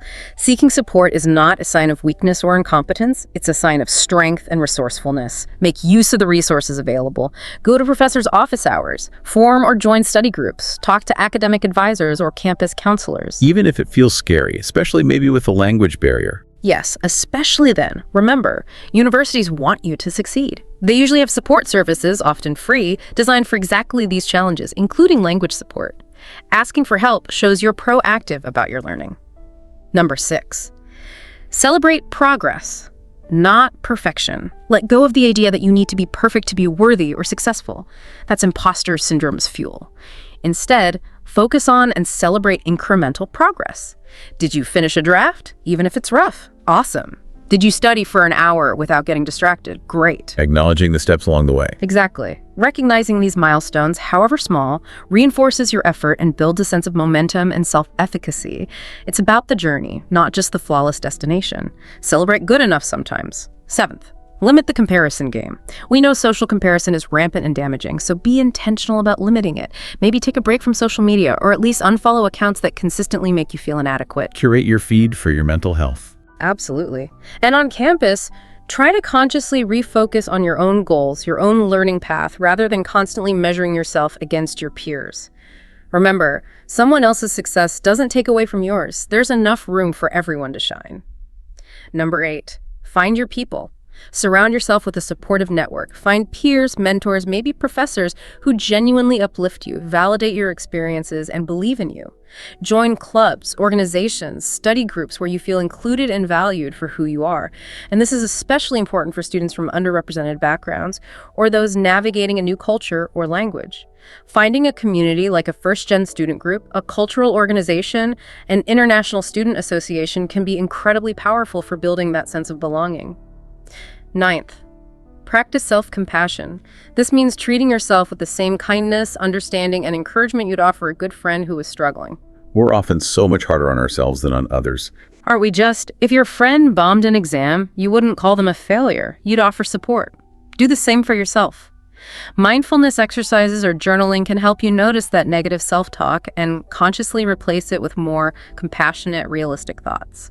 Ask yourself, what would I say to a friend right now? Then say it to yourself. And finally, number 10, seek professional support. If imposter syndrome is seriously impacting your mental health, causing persistent anxiety or depression, or significantly hindering your academic work, please consider talking to a counselor or therapist. There's no shame in that. Absolutely none. Many universities offer free or low-cost mental health services. A professional can provide personalized strategies and tools to help you manage these feelings effectively. It's a sign of strength to seek help when you need it. Those are 10 really solid practical strategies. Name it, reframe it, log your wins, talk about it, ask for help, celebrate progress, limit comparison, find your people, be kind to yourself, and seek professional help if needed. That feels like a really empowering toolkit. And it's not just theory, right? We see these strategies working in real students' lives. Maybe we can share a couple of quick composite stories and touch on the research that backs this up. Definitely. These stories, while composites, reflect very common experiences. Think about Maria, the first-gen freshman we mentioned. She felt lost navigating college systems, worried her background, and maybe her English weren't right. Finding that first-gen student group was her turning point. Hearing others share similar anxieties instantly normalized her struggle. They showed practical tips, the insider knowledge she felt she lacked. Crucially, it helped her reframe her background, not as a deficit, but as a source of resilience. Connection and reframing right there. Exactly. Or take Jake, the STEM major, who hit a wall in calculus after acing high school math. His confidence plummeted. What helped him? Talking to his professor, asking for help, who normalized the struggle, and joining study sessions. Finding your people. He learned that effort, not just innate talent, was key, and slowly rebuilt his confidence through consistent work and peer support, celebrating progress. And then there's Aisha, the grad student, maybe feeling inadequate in her research group, especially navigating complex discussions in advanced English. What worked for her? Keeping that progress journal, keeping a wins journal, which helped her see her own steady achievements. And having open conversations with her advisor, seeking mentorship, talking about it, who validated her unique path and reminded her that navigating language and research was doubly impressive. Those stories really bring the strategies to life. They show it's a process, but change is possible. Absolutely. And the research overwhelmingly supports this. Study after study confirms how common imposter syndrome is among students, especially in demanding fields. Research does show higher rates among women and underrepresented groups, highlighting those systemic factors and representation gaps we discussed. First-generation students are consistently shown to be more susceptible. And yes, there's a clear link established between imposter syndrome and increased anxiety, depression, and burnout. But, and this is the hopeful part, research also shows interventions work. Things like cognitive behavioral strategies, like reframing thoughts, building strong peer support networks, and having good mentorship demonstrably reduce the impact of imposter syndrome. So the science agrees, while it's common, it's definitely manageable with the right approaches. It's not a life sentence. That's so important to hear. The research confirms both the problem and the solutions. And hearing that really broadens the picture. It's not just on this student feeling this way. The environment, the support systems, they matter hugely. Which brings us to the role of educators, professors, mentors. They can make a massive difference, can't they? Oh, absolutely. They play a crucial role in shaping the environment. And there are concrete things educators and mentors can do to help students combat these feelings, to create spaces where imposter syndrome is less likely to take root. First, simply normalize struggle. Educators sharing their own past academic challenges or moments of uncertainty can be incredibly powerful. It shows students that difficulty is a normal part of learning, even for experts. That vulnerability builds trust and makes students feel less alone in their own struggles. Takes the pressure off seeming perfect. Exactly. Second, create inclusive environments. This means consciously using diverse examples in lectures and readings, representing different backgrounds and perspectives. It means fostering a classroom culture where all students feel seen, respected, and valued. For English learners, maybe acknowledging linguistic diversity positively. When students feel they belong, imposter feelings often lessen. Third, actively encourage questions. Make it clear that asking for help or clarification is not just okay, it's encouraged, it's valued. Remove any stigma. Celebrate curiosity. Frame questions as signs of engagement, not ignorance. Maybe even have dedicated ask anything moments. Making it safe to admit you don't know something. Precisely. Fourth, provide clear, constructive feedback. Feedback needs to be specific. It should highlight strengths and provide clear guidance on areas for improvement. Vague criticism or overly harsh feedback can trigger imposter feelings. Constructive feedback helps students build an accurate self-assessment and focus on growth without feeling like a failure. And fifth, offer mentorship and be approachable. Educators should make an effort to be accessible, especially to students who might feel marginalized or out of place. Being a supportive mentor, particularly for students from underrepresented groups or those navigating new cultural linguistic contexts, can be transformative. Just knowing there's someone you can go to with questions who believes in you can be a powerful antidote to not belonging. Those are fantastic points for educators. Normalize struggle, be inclusive, encourage questions, give good feedback, and be a mentor. Little changes that could make a huge difference in a student's experience. Wow, okay. We have covered a lot of ground today, from what imposter syndrome is to why it hits students so hard, how it shows up, its impact, and crucially, a whole toolkit of strategies to fight back. It's clear this is a complex, real, and often painful experience. But the big takeaway seems to be that it's manageable. It doesn't have to define you. As we wrap up, I just want to offer a final thought, sort of pep talk, directly to you, our listener. That feeling, imposter syndrome, it's like this annoying background noise, this distracting voice.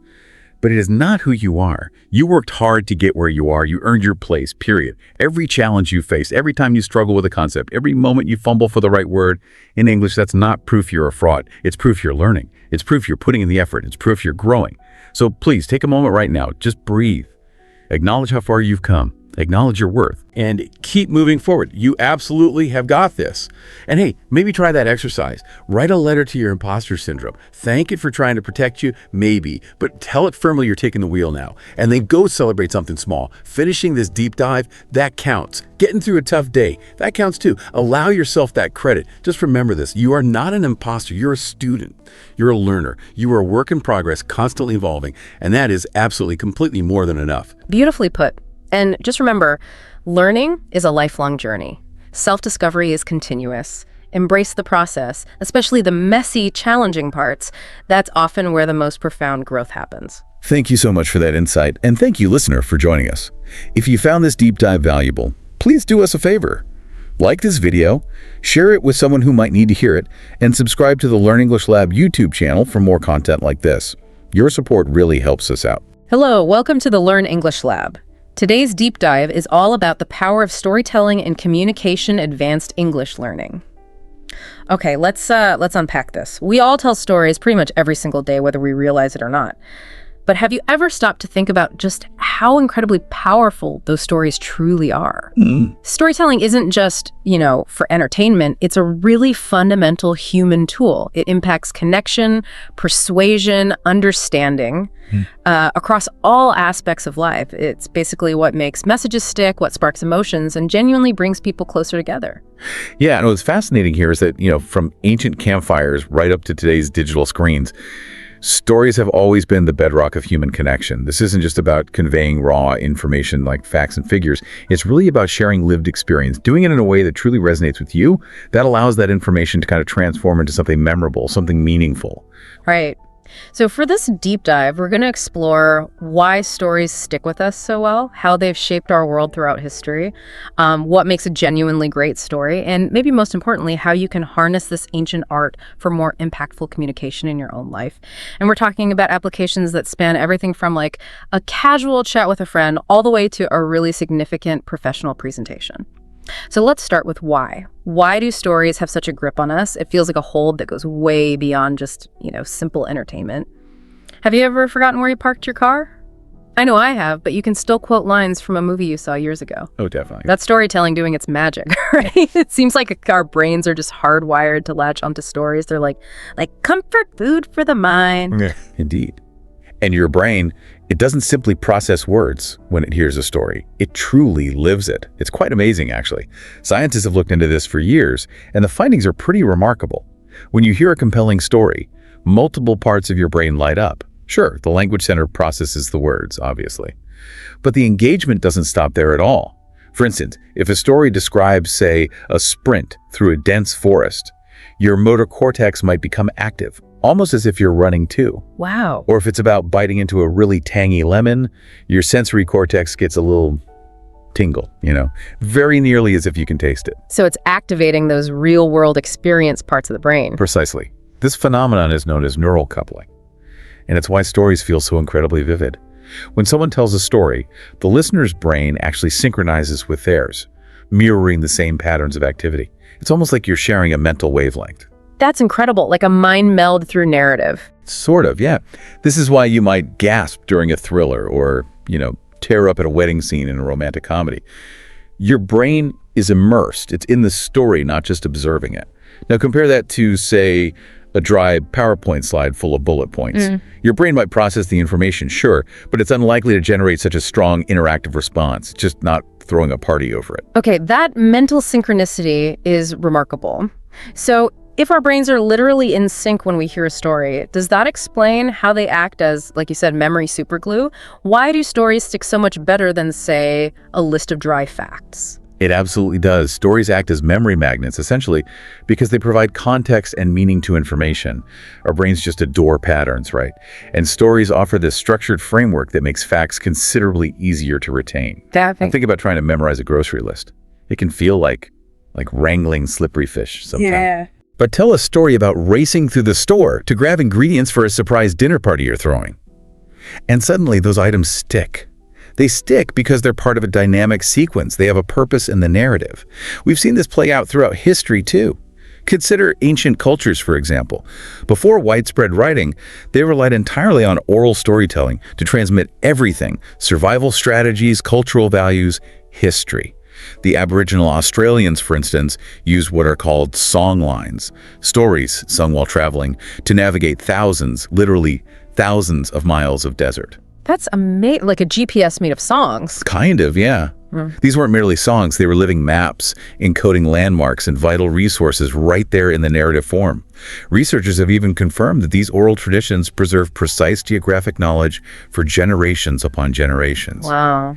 And today, well, we observe the same principle in action all the time.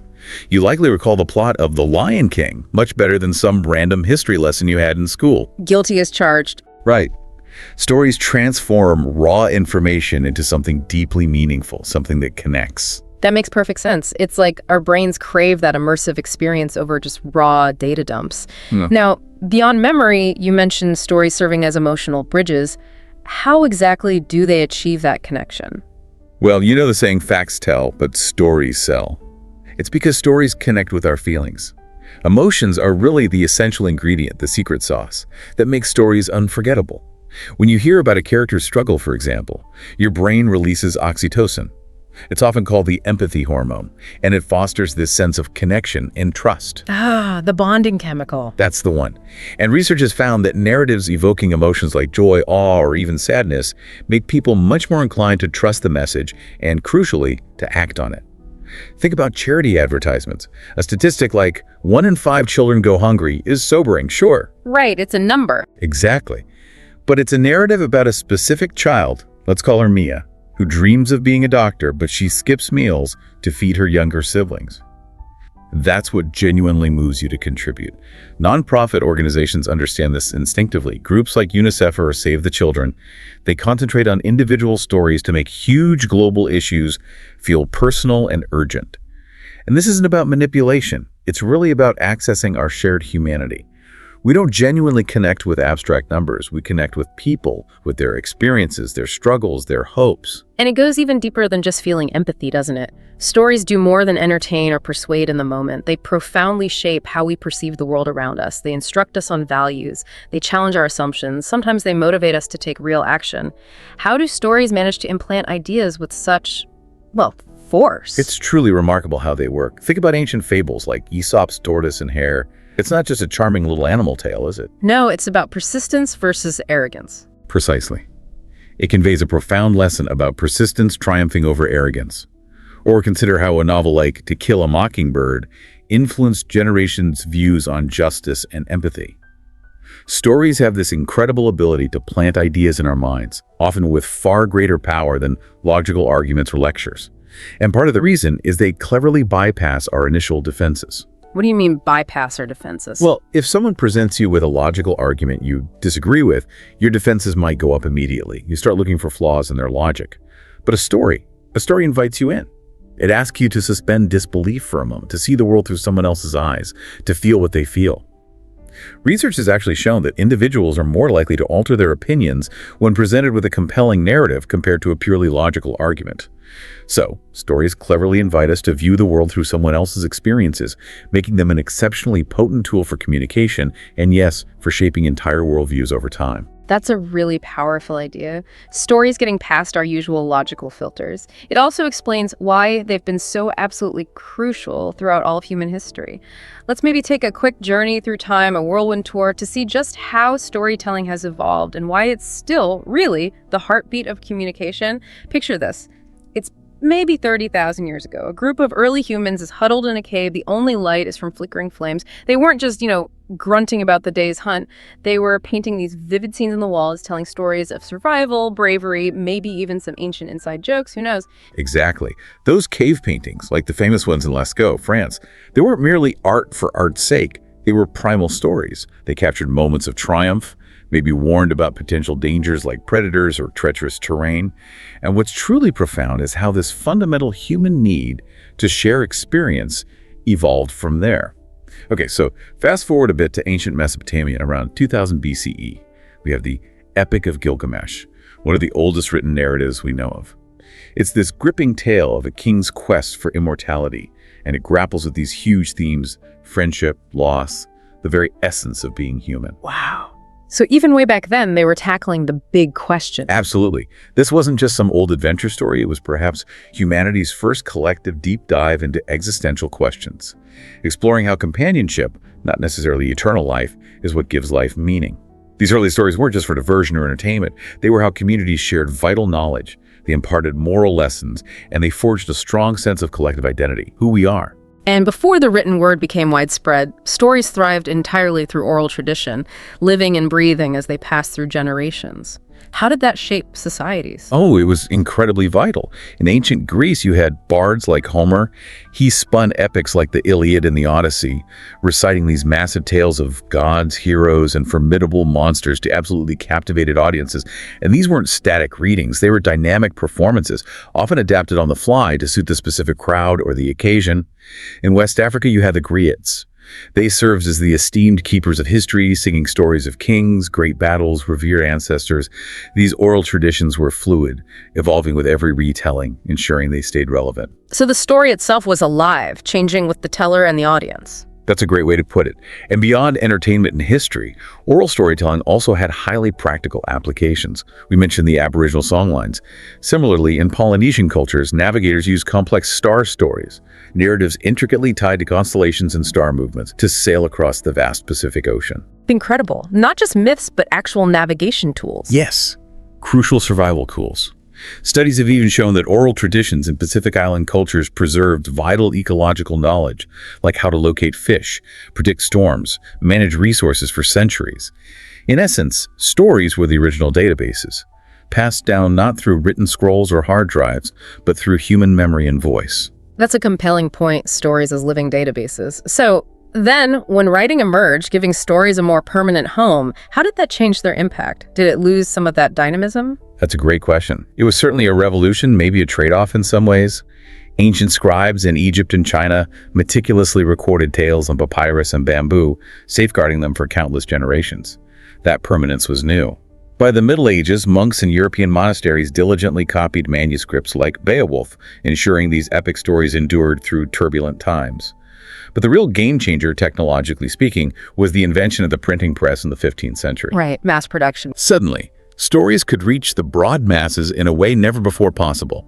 Books like Don Quixote or the Canterbury Tales not only provided entertainment but also helped shape distinct cultural identities and spark significant societal debates across Europe. Then, in the 19th century, novels emerged as an even more powerful force for social commentary and change.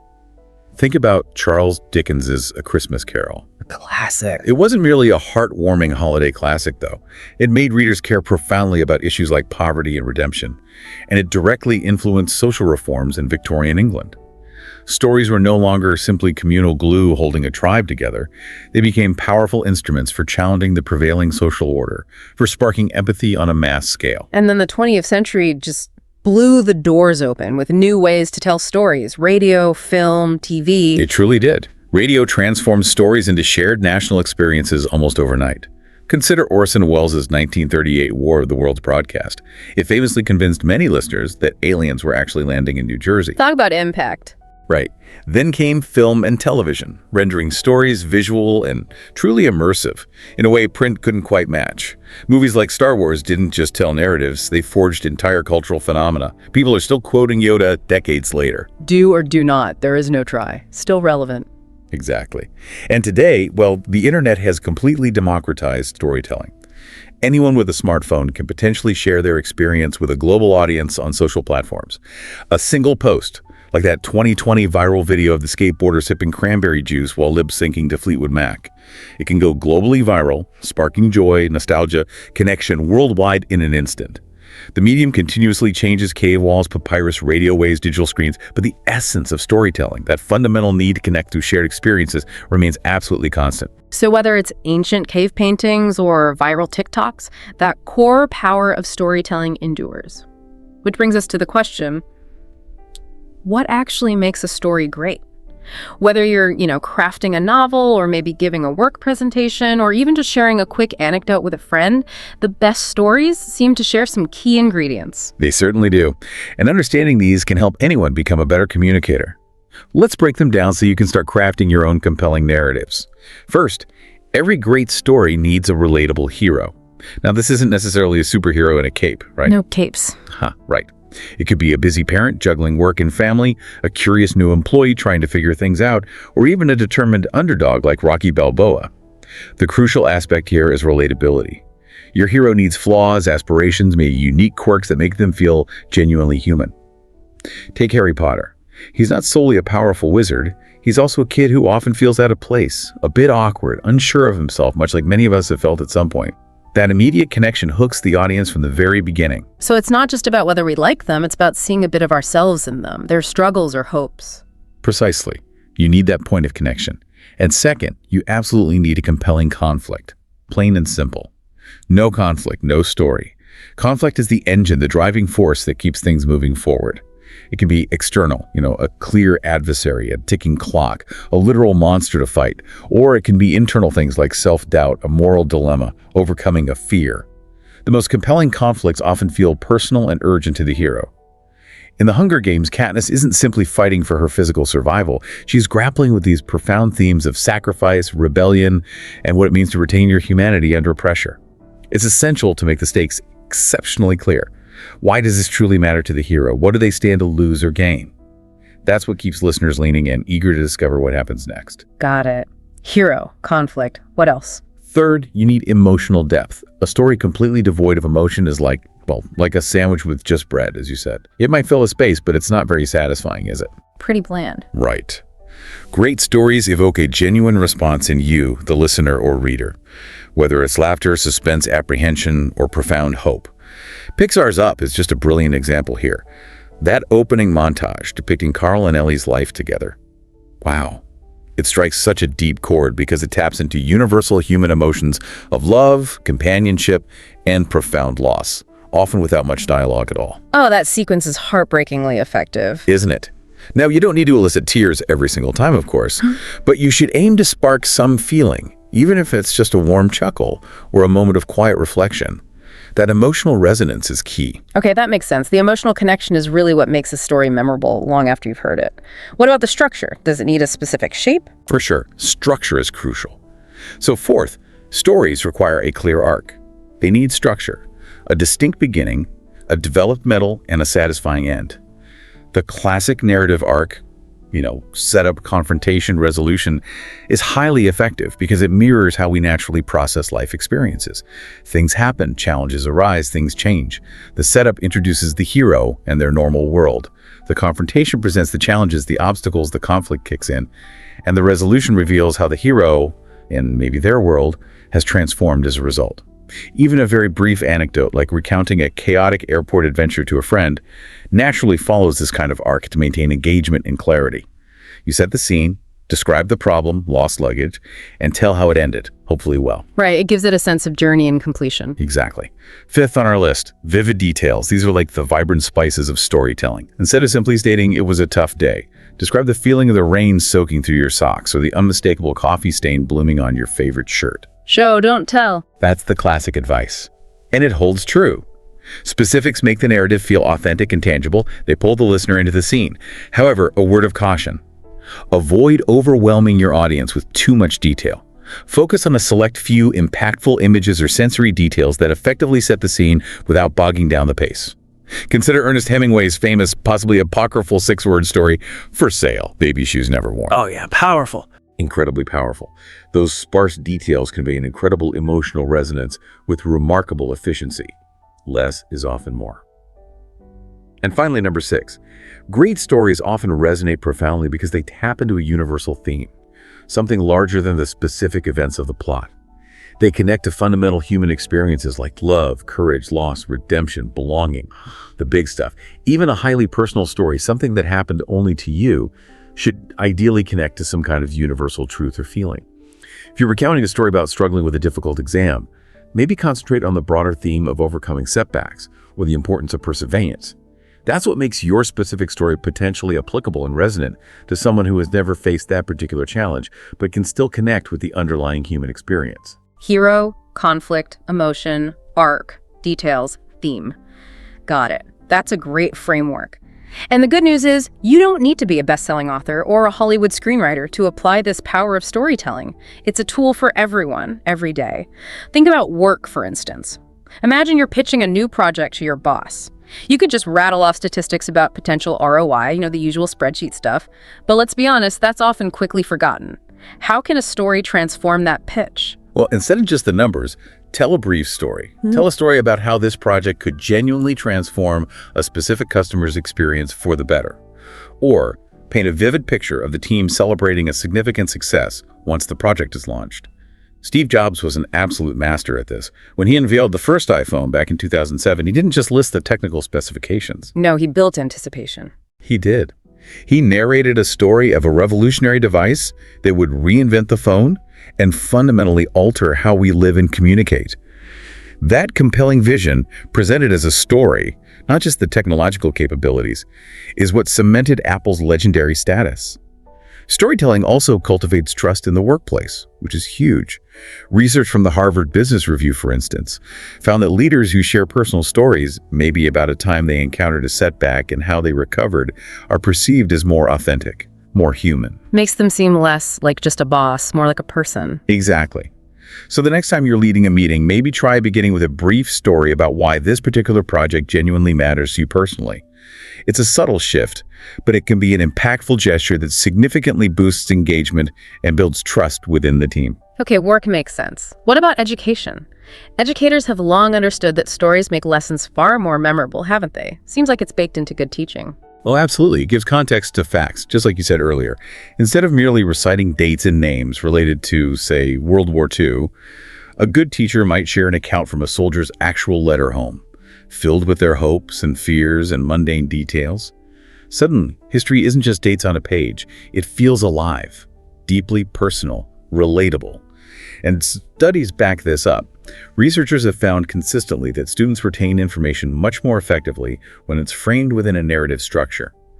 This principle extends way beyond the formal classroom, too. If you're trying to explain a complex concept to a friend or colleague, embedding it within a relatable story or analogy can often help it truly resonate and finally click for them. Yeah, I find myself doing that all the time without really thinking about it. And in our personal lives, too. The most meaningful conversations we have with friends or family are often just rich with stories, aren't they? Remember that time we got totally lost on that road trip? Or let me tell you about the awkward first date that somehow blossomed into this wonderful friendship. It's how we truly connect on a human level. It really is. Stories are how we share our authentic selves, our experiences, our perspectives. They foster empathy and deepen intimacy. When you share a vulnerable moment, maybe a time you felt embarrassed or failed at something, you implicitly invite others to open up as well. It's a direct route to forging more profound, genuine connections. Here's something to try. The next time you're at a social gathering, instead of defaulting to superficial small talk about the weather or traffic. The usual suspects. Right. Try sharing a brief, maybe humorous or meaningful story about something that happened in your recent week. It's remarkable how often this simple act can open up conversations and lead to unexpectedly deeper connections with people. That's a great practical tip. Now, what about something many people dread, public speaking? You mentioned it can feel quite daunting, but stories are apparently our ultimate secret weapon here. How can they help someone who's nervous about getting up in front of a crowd? They are a total game changer for public speaking. Research consistently shows just how effective this is. Studies, like those cited by organizations like Toastmasters, have found that speeches incorporating personal stories are rated significantly more engaging, sometimes as much as 30% more so than those relying purely on facts or abstract points. 30% is a lot. It's substantial. So the advice is clear. Begin your talk with a compelling narrative. Maybe a challenge you personally overcame, a valuable lesson you learned the hard way. Something to immediately capture the audience's attention and make them lean in. For instance, instead of starting a talk on resilience with a dry statement like, "Resilience is very important." Snoozeville! Yeah, try something like this instead. I was 22 years old, completely broke, sleeping on a friend's couch, when I received the phone call that irrevocably changed everything for me. Ooh, okay, now I want to know what the call was about. Exactly. That's an instant attention grabber. It creates immediate curiosity and makes the audience want to hear the rest of your story and thus your message. Okay, so storytelling is powerful in person, but the internet has totally transformed the landscape. We're in a world of really compact posts, short videos. Conciseness seems paramount online. How do stories even thrive there when attention spans are supposedly so short? They thrive through what's called micro-storytelling. It's really an art form in itself, delivering a significant emotional punch or conveying a compelling idea in a very small space. Think about the Humans of New York project. Each post is typically just a photograph and a few sentences, a brief snapshot of someone's life.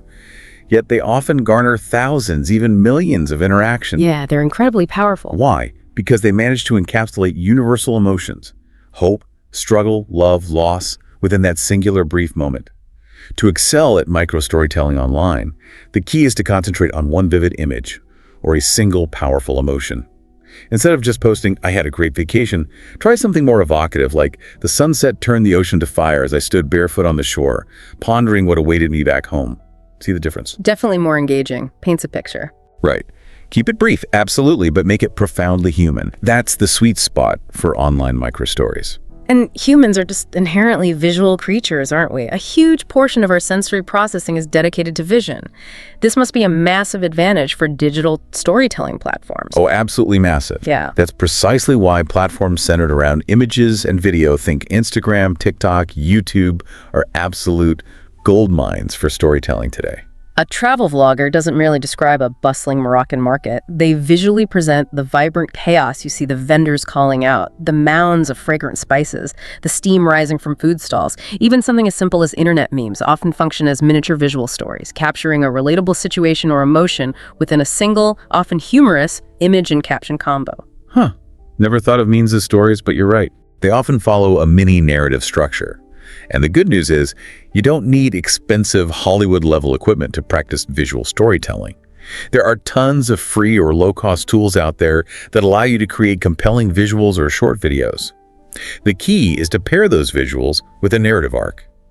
Don't just post an attractive photo, try to narrate the story of the moment captured within it. For example, a generic photograph of a mountain hike is pleasant enough. Nice scenery. Yeah. But adding a caption detailing the struggle to reach that summit, the moment of doubt you overcame, or the breathtaking view that made it all worthwhile, that makes it truly memorable and engaging for your audience. That makes sense. And digital platforms also allow for something relatively new on a mass scale. Audiences actively influencing the story. That's a unique participatory aspect, isn't it? It really blurs the line between the storyteller and the audience. It really does, and it's a fascinating development. Think of things like choose-your-own-adventure-style games, or even simple social media polls, where followers get to determine the next plot development in a little story someone is sharing. A few years back, that streaming service show, Black Mirror, Bandersnatch, famously allowed viewers to make choices that actively directed the narrative path, making them genuine participants in the unfolding events. I remember that. It was kind of stressful, actually. Yeah, it could be, but it was innovative. And even brands are embracing this interactivity. Now consider campaigns where fans vote on new product flavors or decide the next ad campaign theme via social media polls. You can try this yourself on a small scale. Post a little story starter on a social platform, maybe something like, "I just discovered a mysterious locked wooden box in my attic. Should I try to open it?" Then let your followers vote or comment to guide what happens next in your mini narrative. It's a really engaging way to involve your audience directly and cultivate a sense of shared community around your story. It seems like there's this modern paradox, though, especially in the digital age. On one hand, algorithms on these platforms often prioritize whatever gets the most clicks and engagement, which can sometimes lead to sensationalism or curated perfection. But on the other hand, audiences seem to be fundamentally craving authenticity more than ever. How do we, as storytellers, balance that tension? That's a crucial observation, and it's a real challenge. But the data consistently backs up the craving for authenticity. Reports, like the annual Edelman Trust Barometer, have repeatedly found that a significant majority of people trust real stories from individuals, peers, employees, regular people, much more than highly polished, corporate-sounding brand content. So perfection is out, reality is in. Pretty much. The advice is often to discard the overly curated, impossibly perfect aesthetic. Instead, dare to share raw, honest moments.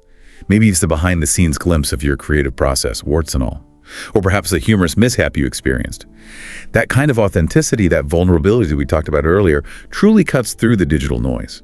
It allows you to connect on a deeper, more human level, which ultimately builds more lasting trust and engagement than chasing fleeting algorithmic trends. Okay, so stories connect us, persuade us, help us learn, but they can also genuinely change the world, can't they? Drive social impact. Remember the Ice Bucket Challenge back in 2014? Social media was saturated with videos of people drenching themselves in ice water. What made that seemingly silly stunt so impactful? It wasn't just a stunt, and that's the key. It was a brilliantly executed, story-driven campaign. It generated a staggering $115 million for ALS research, a disease many people hadn't heard much about before. The genius was coupling those viral, attention-grabbing videos with the personal, often heartbreaking narratives of individuals and families living with ALS. That combination made a relatively rare disease feel incredibly urgent and deeply personal to millions. Stories humanize issues. They transform cold, abstract statistics into relatable faces, names, and experiences. Another powerful example is the 2017 Women's March. It leveraged countless individual stories of women confronting inequality, everything from workplace discrimination to personal struggles with healthcare or safety, shared widely across social media. These narratives didn't just propagate awareness, they built a formidable, visible movement. And research has confirmed this effect. Personal narratives shared on social media platforms significantly amplify social causes by making them profoundly relatable on an emotional level. So stories don't just inform or raise awareness. They also powerfully motivate people to take concrete action. It sounds like they tap into something deeper, maybe more primal, than just statistics or policy arguments. Absolutely. Emotion drives action far more effectively than logic alone often does.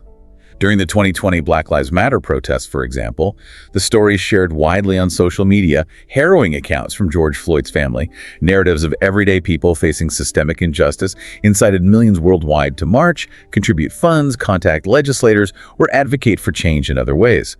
Studies have actually revealed that narratives focused on social issues are significantly more likely to inspire tangible action from people compared to simply presenting statistics about the same issue. Why is that, do you think?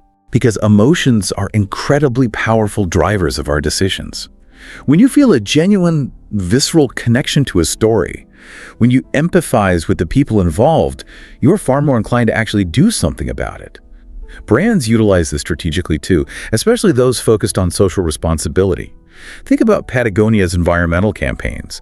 They don't just list grim climate change facts. No, they show beautiful, threatened places. Exactly. They tell compelling stories of endangered forests, fragile ecosystems, or local activists who are passionately championing change in their communities.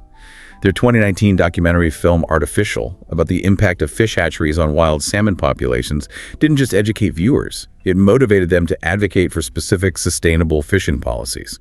And stories also seem to forge that sense of us building community around a shared cause or identity. How does that play out in social movements? It's remarkable to watch.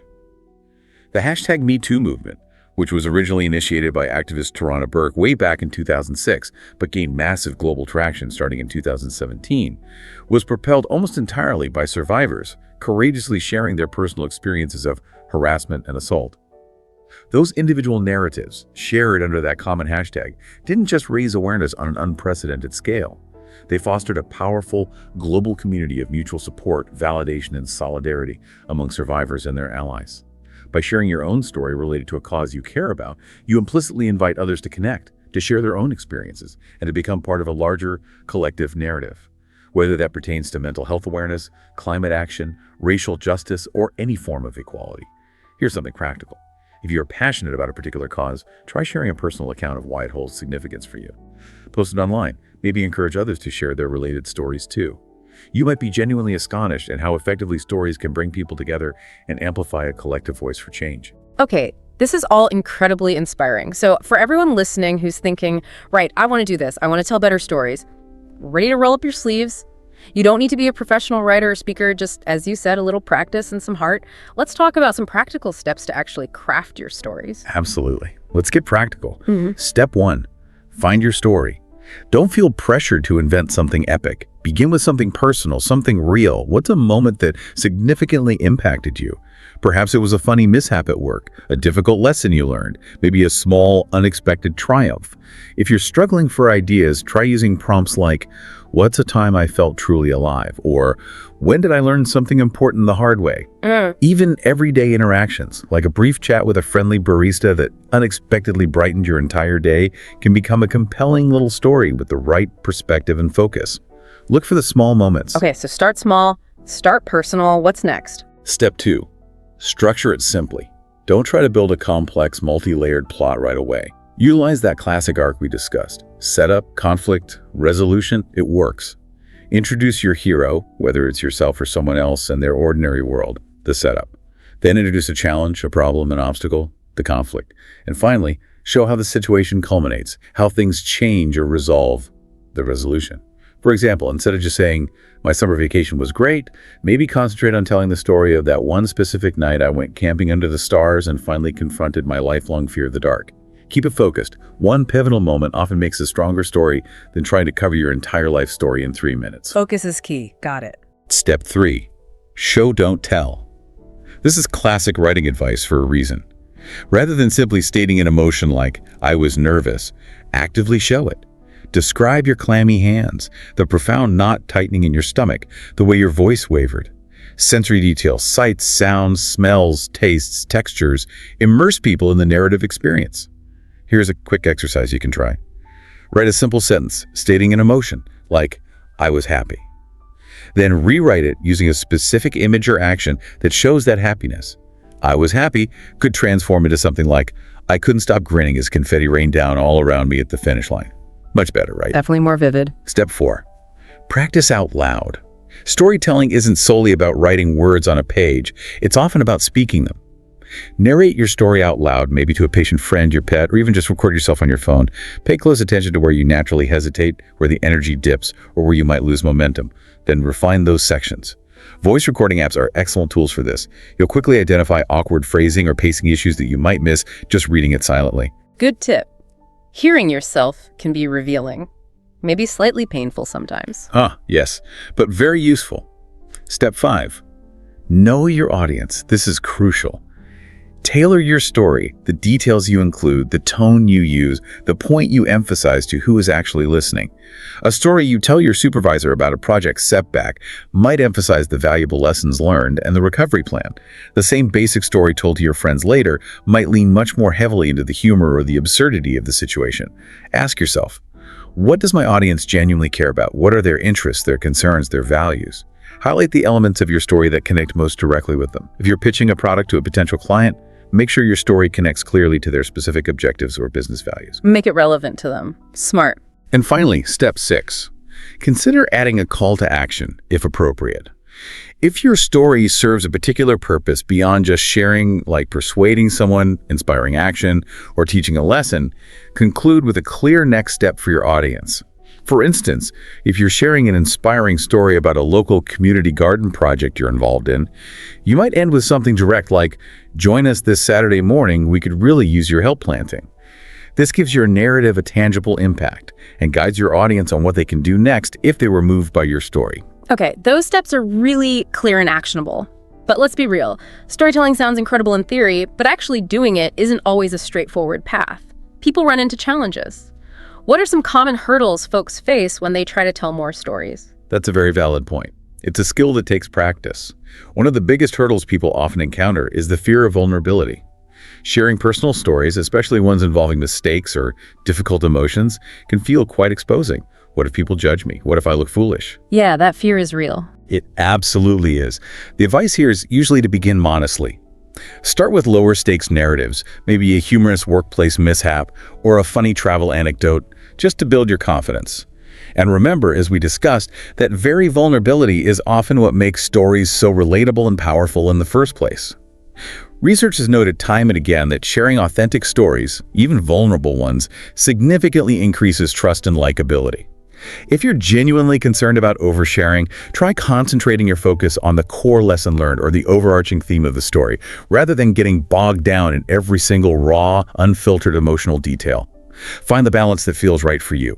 Start small, focus on the lesson. Okay. What about the opposite problem? Not vulnerability, but just talking too much. Keeping it concise can be a challenge, especially when you're passionate.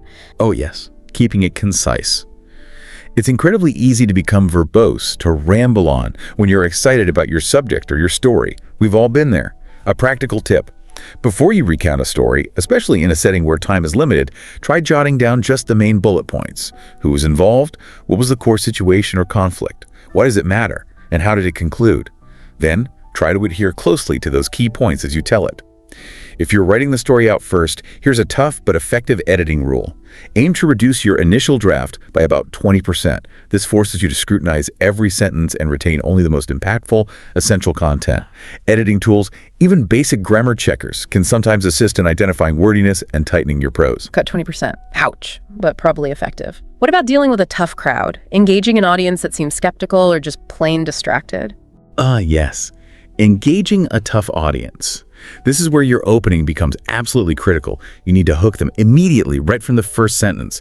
Try starting with a surprising fact related to your story, a provocative question that piques their curiosity, or a really vivid, perhaps unusual image. Instead of a flat opening like, today, let's discuss the importance of teamwork. Try something more intriguing like, I was stranded high in the mountains during a sudden blizzard with 3 complete strangers, and only one unexpected thing ultimately saved us all. Okay, yeah, that definitely makes me want to know what the one thing was. Exactly. Curiosity is your best friend here.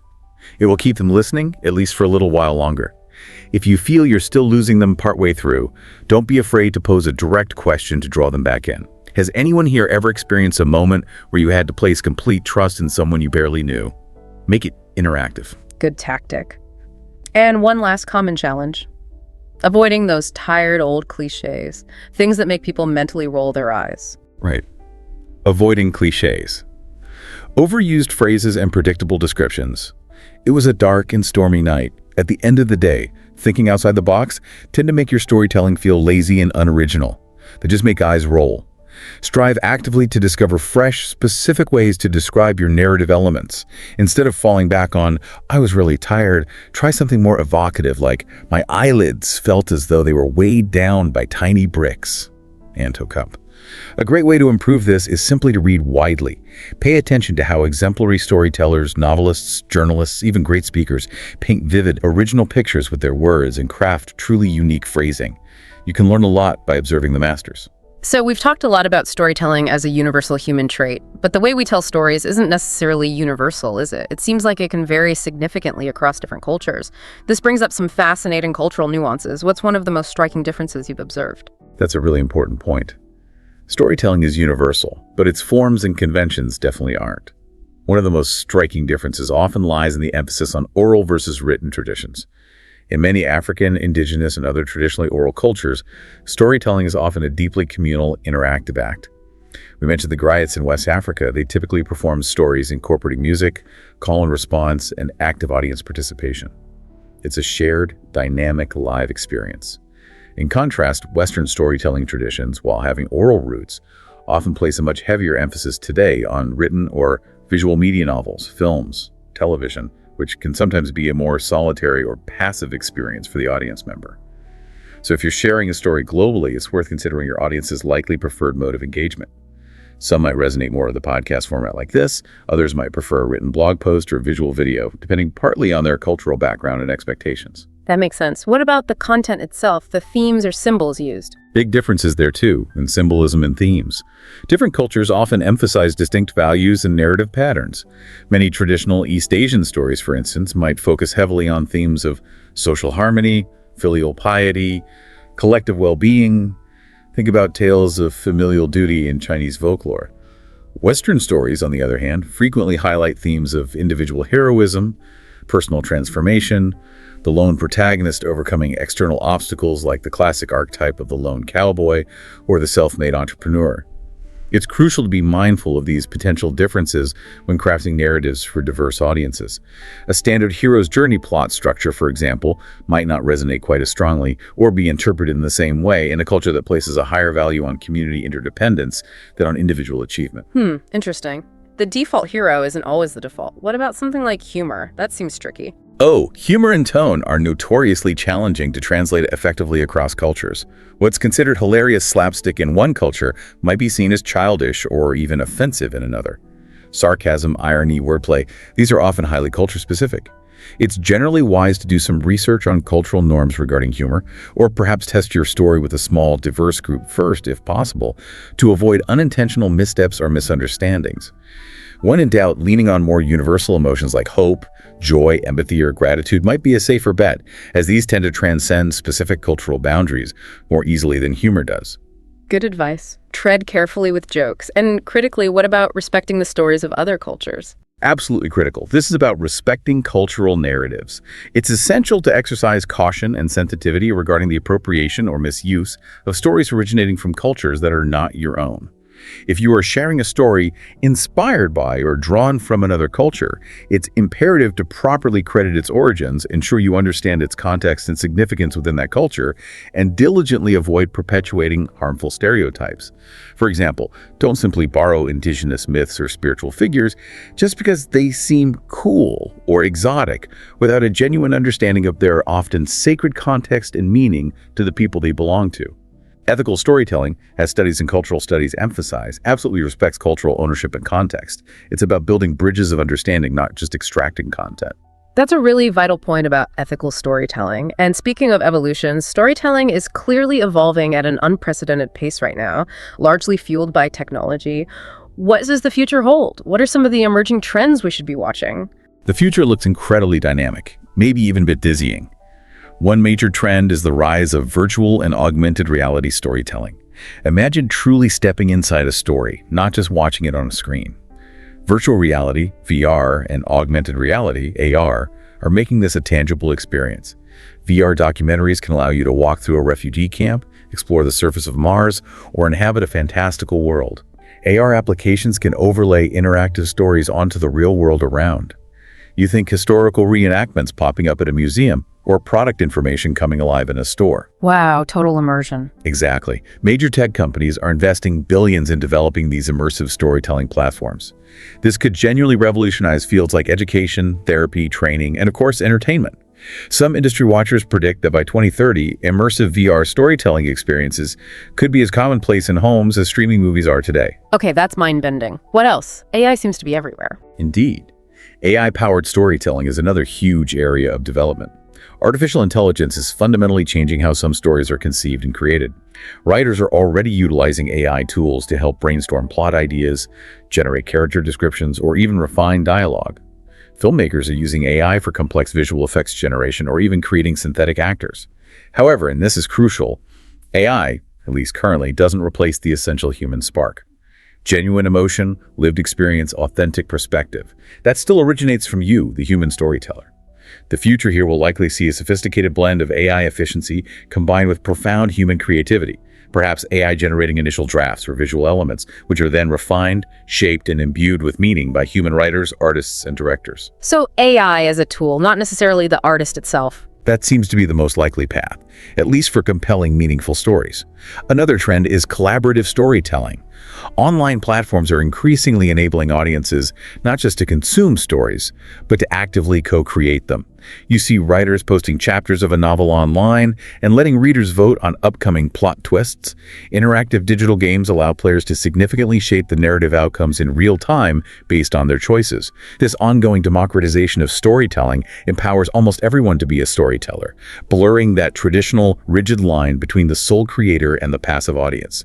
It fosters a much more interactive, participatory, and shared narrative experience. That sounds exciting, potentially chaotic too. It could be both.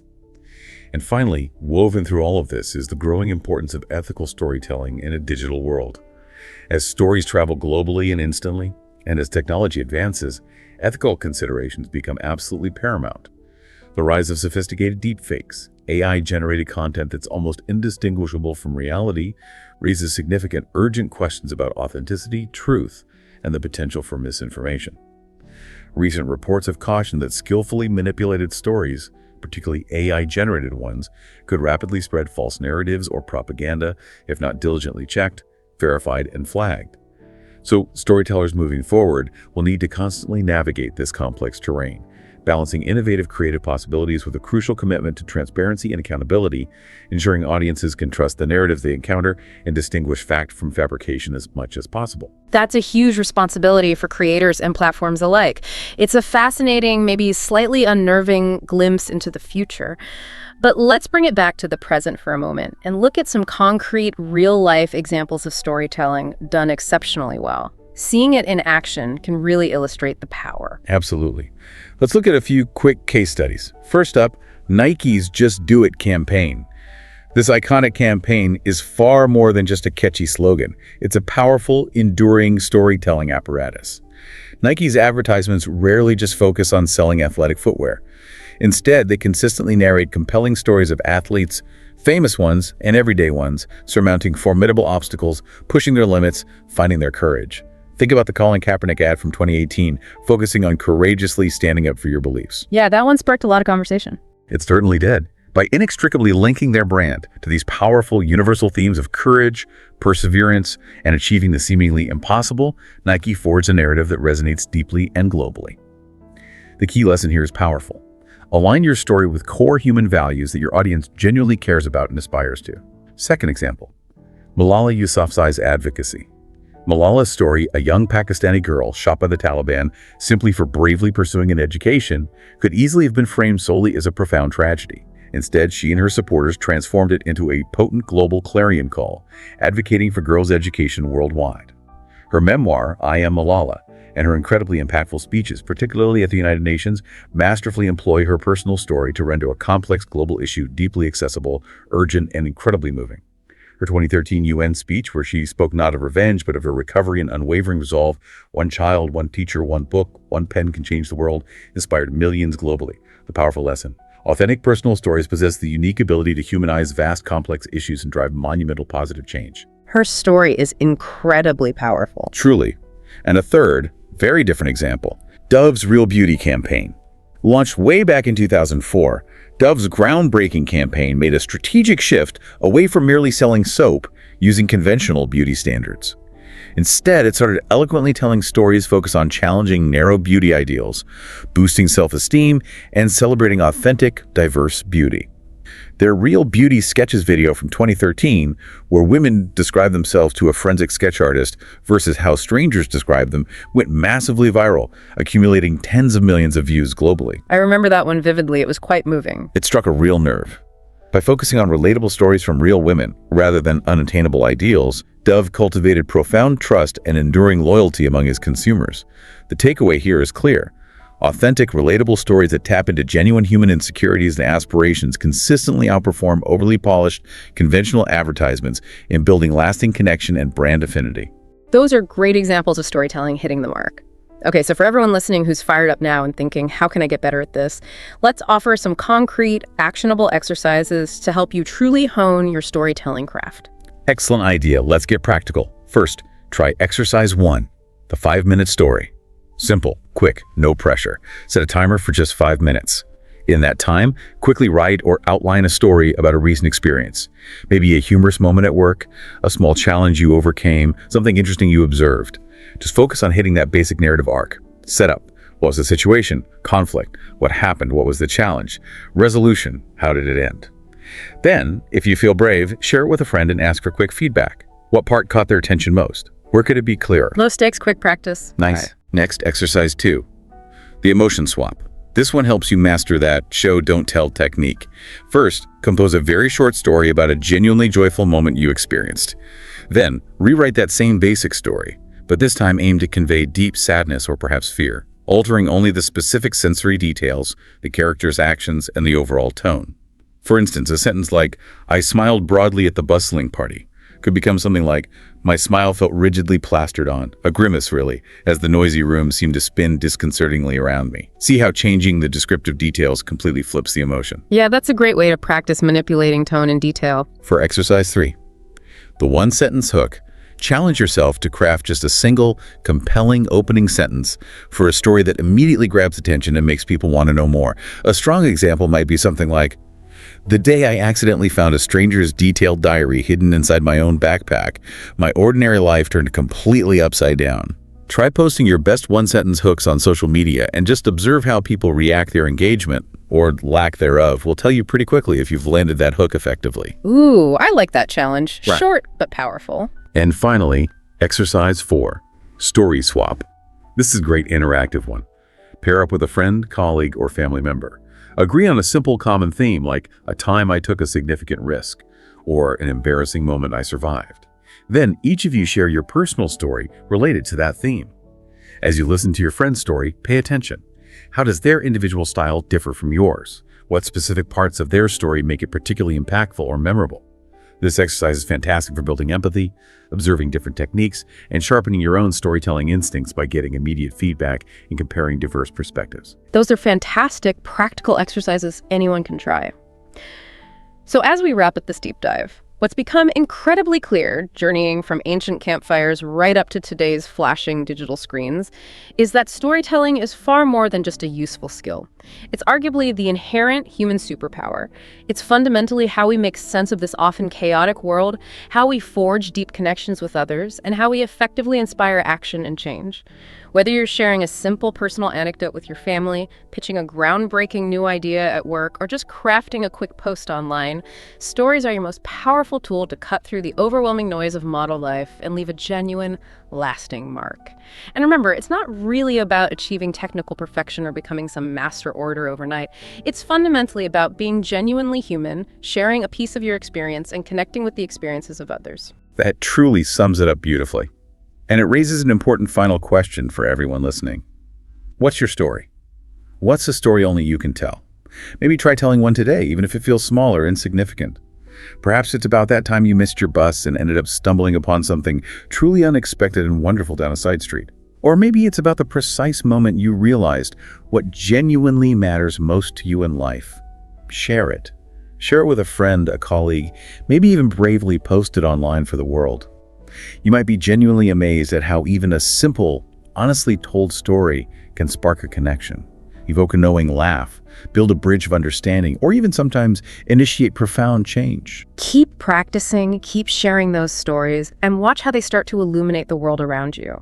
If you found this deep dive helpful for your advanced English learning and communication skills, please do like this video, share it with others who might benefit, and subscribe to the Learn English Lab YouTube channel for more content like this. We really appreciate your engagement and look forward to diving deep with you again soon.